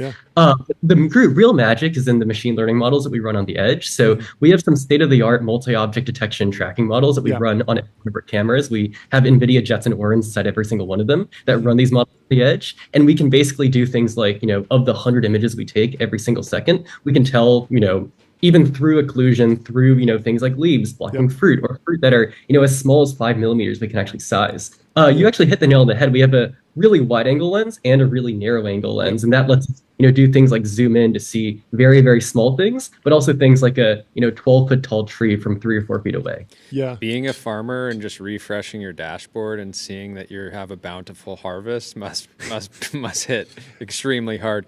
How do you sell the robots? Are you I imagine if this is replacing the need to send hundreds of people or a bunch of people into the field to like physically count fruit, it can pay itself back fairly quickly. But what's the business model? Yeah, so we actually charge a per acre per year subscription fee. So it's similar to SaaS pricing, where it scales with usage on the number of acres they use it on. Since the hardware is so relatively inexpensive, we actually don't even charge for the hardware. It's boxed in with the subscription fee. So it's really easy and not capital intensive for a farmer to try on a couple hundred acres and then scale into thousands or tens of thousands of acres. Are those LED lights on the sides of the robot? They are. Yeah, they're LED strobe lights. So even at night, we can operate. Oh, and you only strobe them when you're taking a picture with the cameras to save energy? Yep. Makes a ton of sense. All of the cameras are powered. So we actually can power them off of any 12-volt power source. So we have farmers that actually plug them into like the 12-volt sockets, like the car jacks, on your car. We have, like people who use external batteries, you can wire it into like, the car battery of any tractor or ATV. It's really versatile. What's the refresh rate on the flashing, on the strobes? Are you doing like 1 per second or something? It's more, it depends, but it's more than 15 times a second, 15 hertz. 15 times a second, you're flashing LED lights. Is this going to make squirrels go insane? Hopefully the squirrels aren't awake at might have a night. problem. Yeah, go to sleep, squirrels. Yeah, we're farming out here. We're farming. Get out of here. Yeah, I mean, maybe there's a pest control. We talked to the laser weeder guy, and maybe there's a pest control angle where maybe you can also. You have a lot of VCs early on tell you to pick a different category. Oh yeah. It's a good point that you brought up, because we started this company back in March of 2022, and it was actually, I think it was around the time that like the whole American dynamism thing. Yeah, they were like, please make weapons. Please make weapons. I'll give you $100 million. Put a gun on it. I remember actually when I met my first like VC ever, they were like, oh, you should pivot into crypto. Like that was the because this was March of 2022. It was before everything came, tumbling down. And, we were like, don't really want to do crypto. I think, this is my life's work. I'm going to do this for the next 10, 20, 30, 40 years. And, I think over the last year or so, there's been kind of this rise in, robotics and American dynamism and, like manufacturing, all these like industry things. And, suddenly, agriculture and ag tech is sexy now. And, it's been, when we went out to raise this last round, it was, I'd say a bit, I don't say easy, nothing's ever easy, but it was a lot better than, when we were raising our first 2 rounds. You could have gone into beans. Do you remember beans? Hey, I've actually heard that coffee beans are a pretty big market out of Hawaii. I'm talking about the crypto project beans. I don't know if you're familiar with this, but it was popular on Twitter for like, right around that time, right about when you would have been pivoting from agriculture-themed robotics into agriculture-themed crypto. It was a very popular crypto app where you would put the whole thing was like staking coins, but the metaphor was like you stake your beans and your beans harvest and they yield and stuff. And then there were tons of people that all of a sudden they put in like $1,000 and then they like the harvest came and they were worth like $1 million on paper, but then the thing got hacked and so they lost all their money. It was wild. I'm glad you tripled down. Seems like you did something much more value creative. And it feels like I have to imagine this is like already helping solve labor shortages with farms, and the same thing that when people sell in AI to the enterprise, they're saying we're freeing up people's time to do higher leverage work and like counting 100%. And doing this stuff. You're just sort of like getting the state of things by understanding like crop yields and things like that. And then I imagine this is freeing up labor to like actually take action to increase yields and fight off pests and things like that actually impact the bottom line. Yeah, the big thing is, not only is it freeing up labor from, having to go out and do this counting and sampling work, but perhaps the more important thing that's actually being, done and the immediate ROI a lot of our farmers can see is actually a reduction in labor costs and crop inputs. Because right now, this is a bit of a simplification, but what happens across a lot of these farms is that, a farmer who's managing millions of trees and thousands of acres might go out and say, hey, this is like one 50-acre plot of land. I'm going to do the exact same thing to every one of the 50,000 trees in this 50-acre plot of land. When in reality, half the trees might only need half the amount of, pesticides they're pruning or, fertilizers, whatever it is they might be applying or doing to those trees. So it's very one size fits all. And, we can tell these farmers things like, hey, wait a minute, in this half of this block, it only needs, half the amount of pruning. You only need to send half the amount of workers into that half. And suddenly you're saving 25% on labor costs in that block. So, that's probably one of the first big things that a lot of our customers notice when they use our technology is just this, ability to see where you need more of something and where you need less of something else. And you can see pretty immediate labor and cost savings just from that alone. But, in the long run, we have this, this conception of what we call like an AI farmer, which is that if we can see, tens or hundreds or, like billions of trees across their entire life cycles, across multiple seasons, we can start training large embedding models on all of this data that can basically farm or know how to farm better than any human ever could because it has so much experience. And, from there, it's like, what can we do with that, right? We get down to the tree level and like prescribe, individual recommendations to what every single plant in a farm needs. And that's super exciting to me. And I think that's ultimately where, a lot of this technology is going to go over the next couple of years. It's amazing. I'm incredibly bullish on you and Orchard. Extremely bullish for Erewhon too. Yeah. Very exciting. Thank you so much for helping. Congrats, Charlie. It's great to get the story, and I'm sure you'll be back on very soon. We're excited for amazing. We'll Thank you guys. And send me your address too. DM. Yeah, All right. I'll send you an Orchard hat. Yeah, in exchange for this. Yeah, we're gonna need a robot to count and make sure nobody's overdosing on caffeine in this studio. That's a problem we have. We'll talk to you soon. Great talking. Have a great rest of your day. What a legend. His product's called Fruit Scope. And we got to talk about 360. no scopes. 360 no scopes. A Call of Duty movie is officially in the works. This could be the second movie that Jordy sees in his entire life after Borat. Borat will be the first one. Thank you. Would you see the Call of Duty movie? So Paramount also has the rights to expand Call of Duty into a universe of multiple films and TV shows. I wouldn't just watch it. I would study it. Sit down and listen. I would sit down study it. and listen to the Call of Duty movie. The Call of Duty movie, it seems like a no-brainer. Seems awesome. Dodford, a great YouTube creator, says the sensible thing to do would be adapting Black Ops or Modern Warfare. Instead, I fear they'll do a Minecraft movie-esque comedy with trick shots and noob tubes. What do you think? Do you think they're going to go slapstick comedy, lighter, PG-13, jokey for kids, or do you think they will actually try to make it like Black Hawk Down, gritty, serious, like brain rot or? I don't think they're going to go comedy. I think they're going to go. Jordy saw Mountainhead. Daniel's correcting me. That's true. I did, and so this would be the third movie you've ever I seen. felt like I needed to give a review. Yeah, it was I'll great. watch. Yeah, and well, we'll have to give a review of the Call of Duty movie. Obviously, Yeah, everyone will demand it and listen. Well, very exciting. We got have to get over onto Substack. We got to hop on with Philadelphia. That's right. No, but we actually are going to do a live over on Substack. Yeah, right now, you can go watch us on Substack. You might already be watching on Substack. We're going to be live with Emily Sundberg. TBPN. Love you. We'll see you tomorrow. Thank you. We'll see you tomorrow. Have a great evening. Goodbye. Cheers.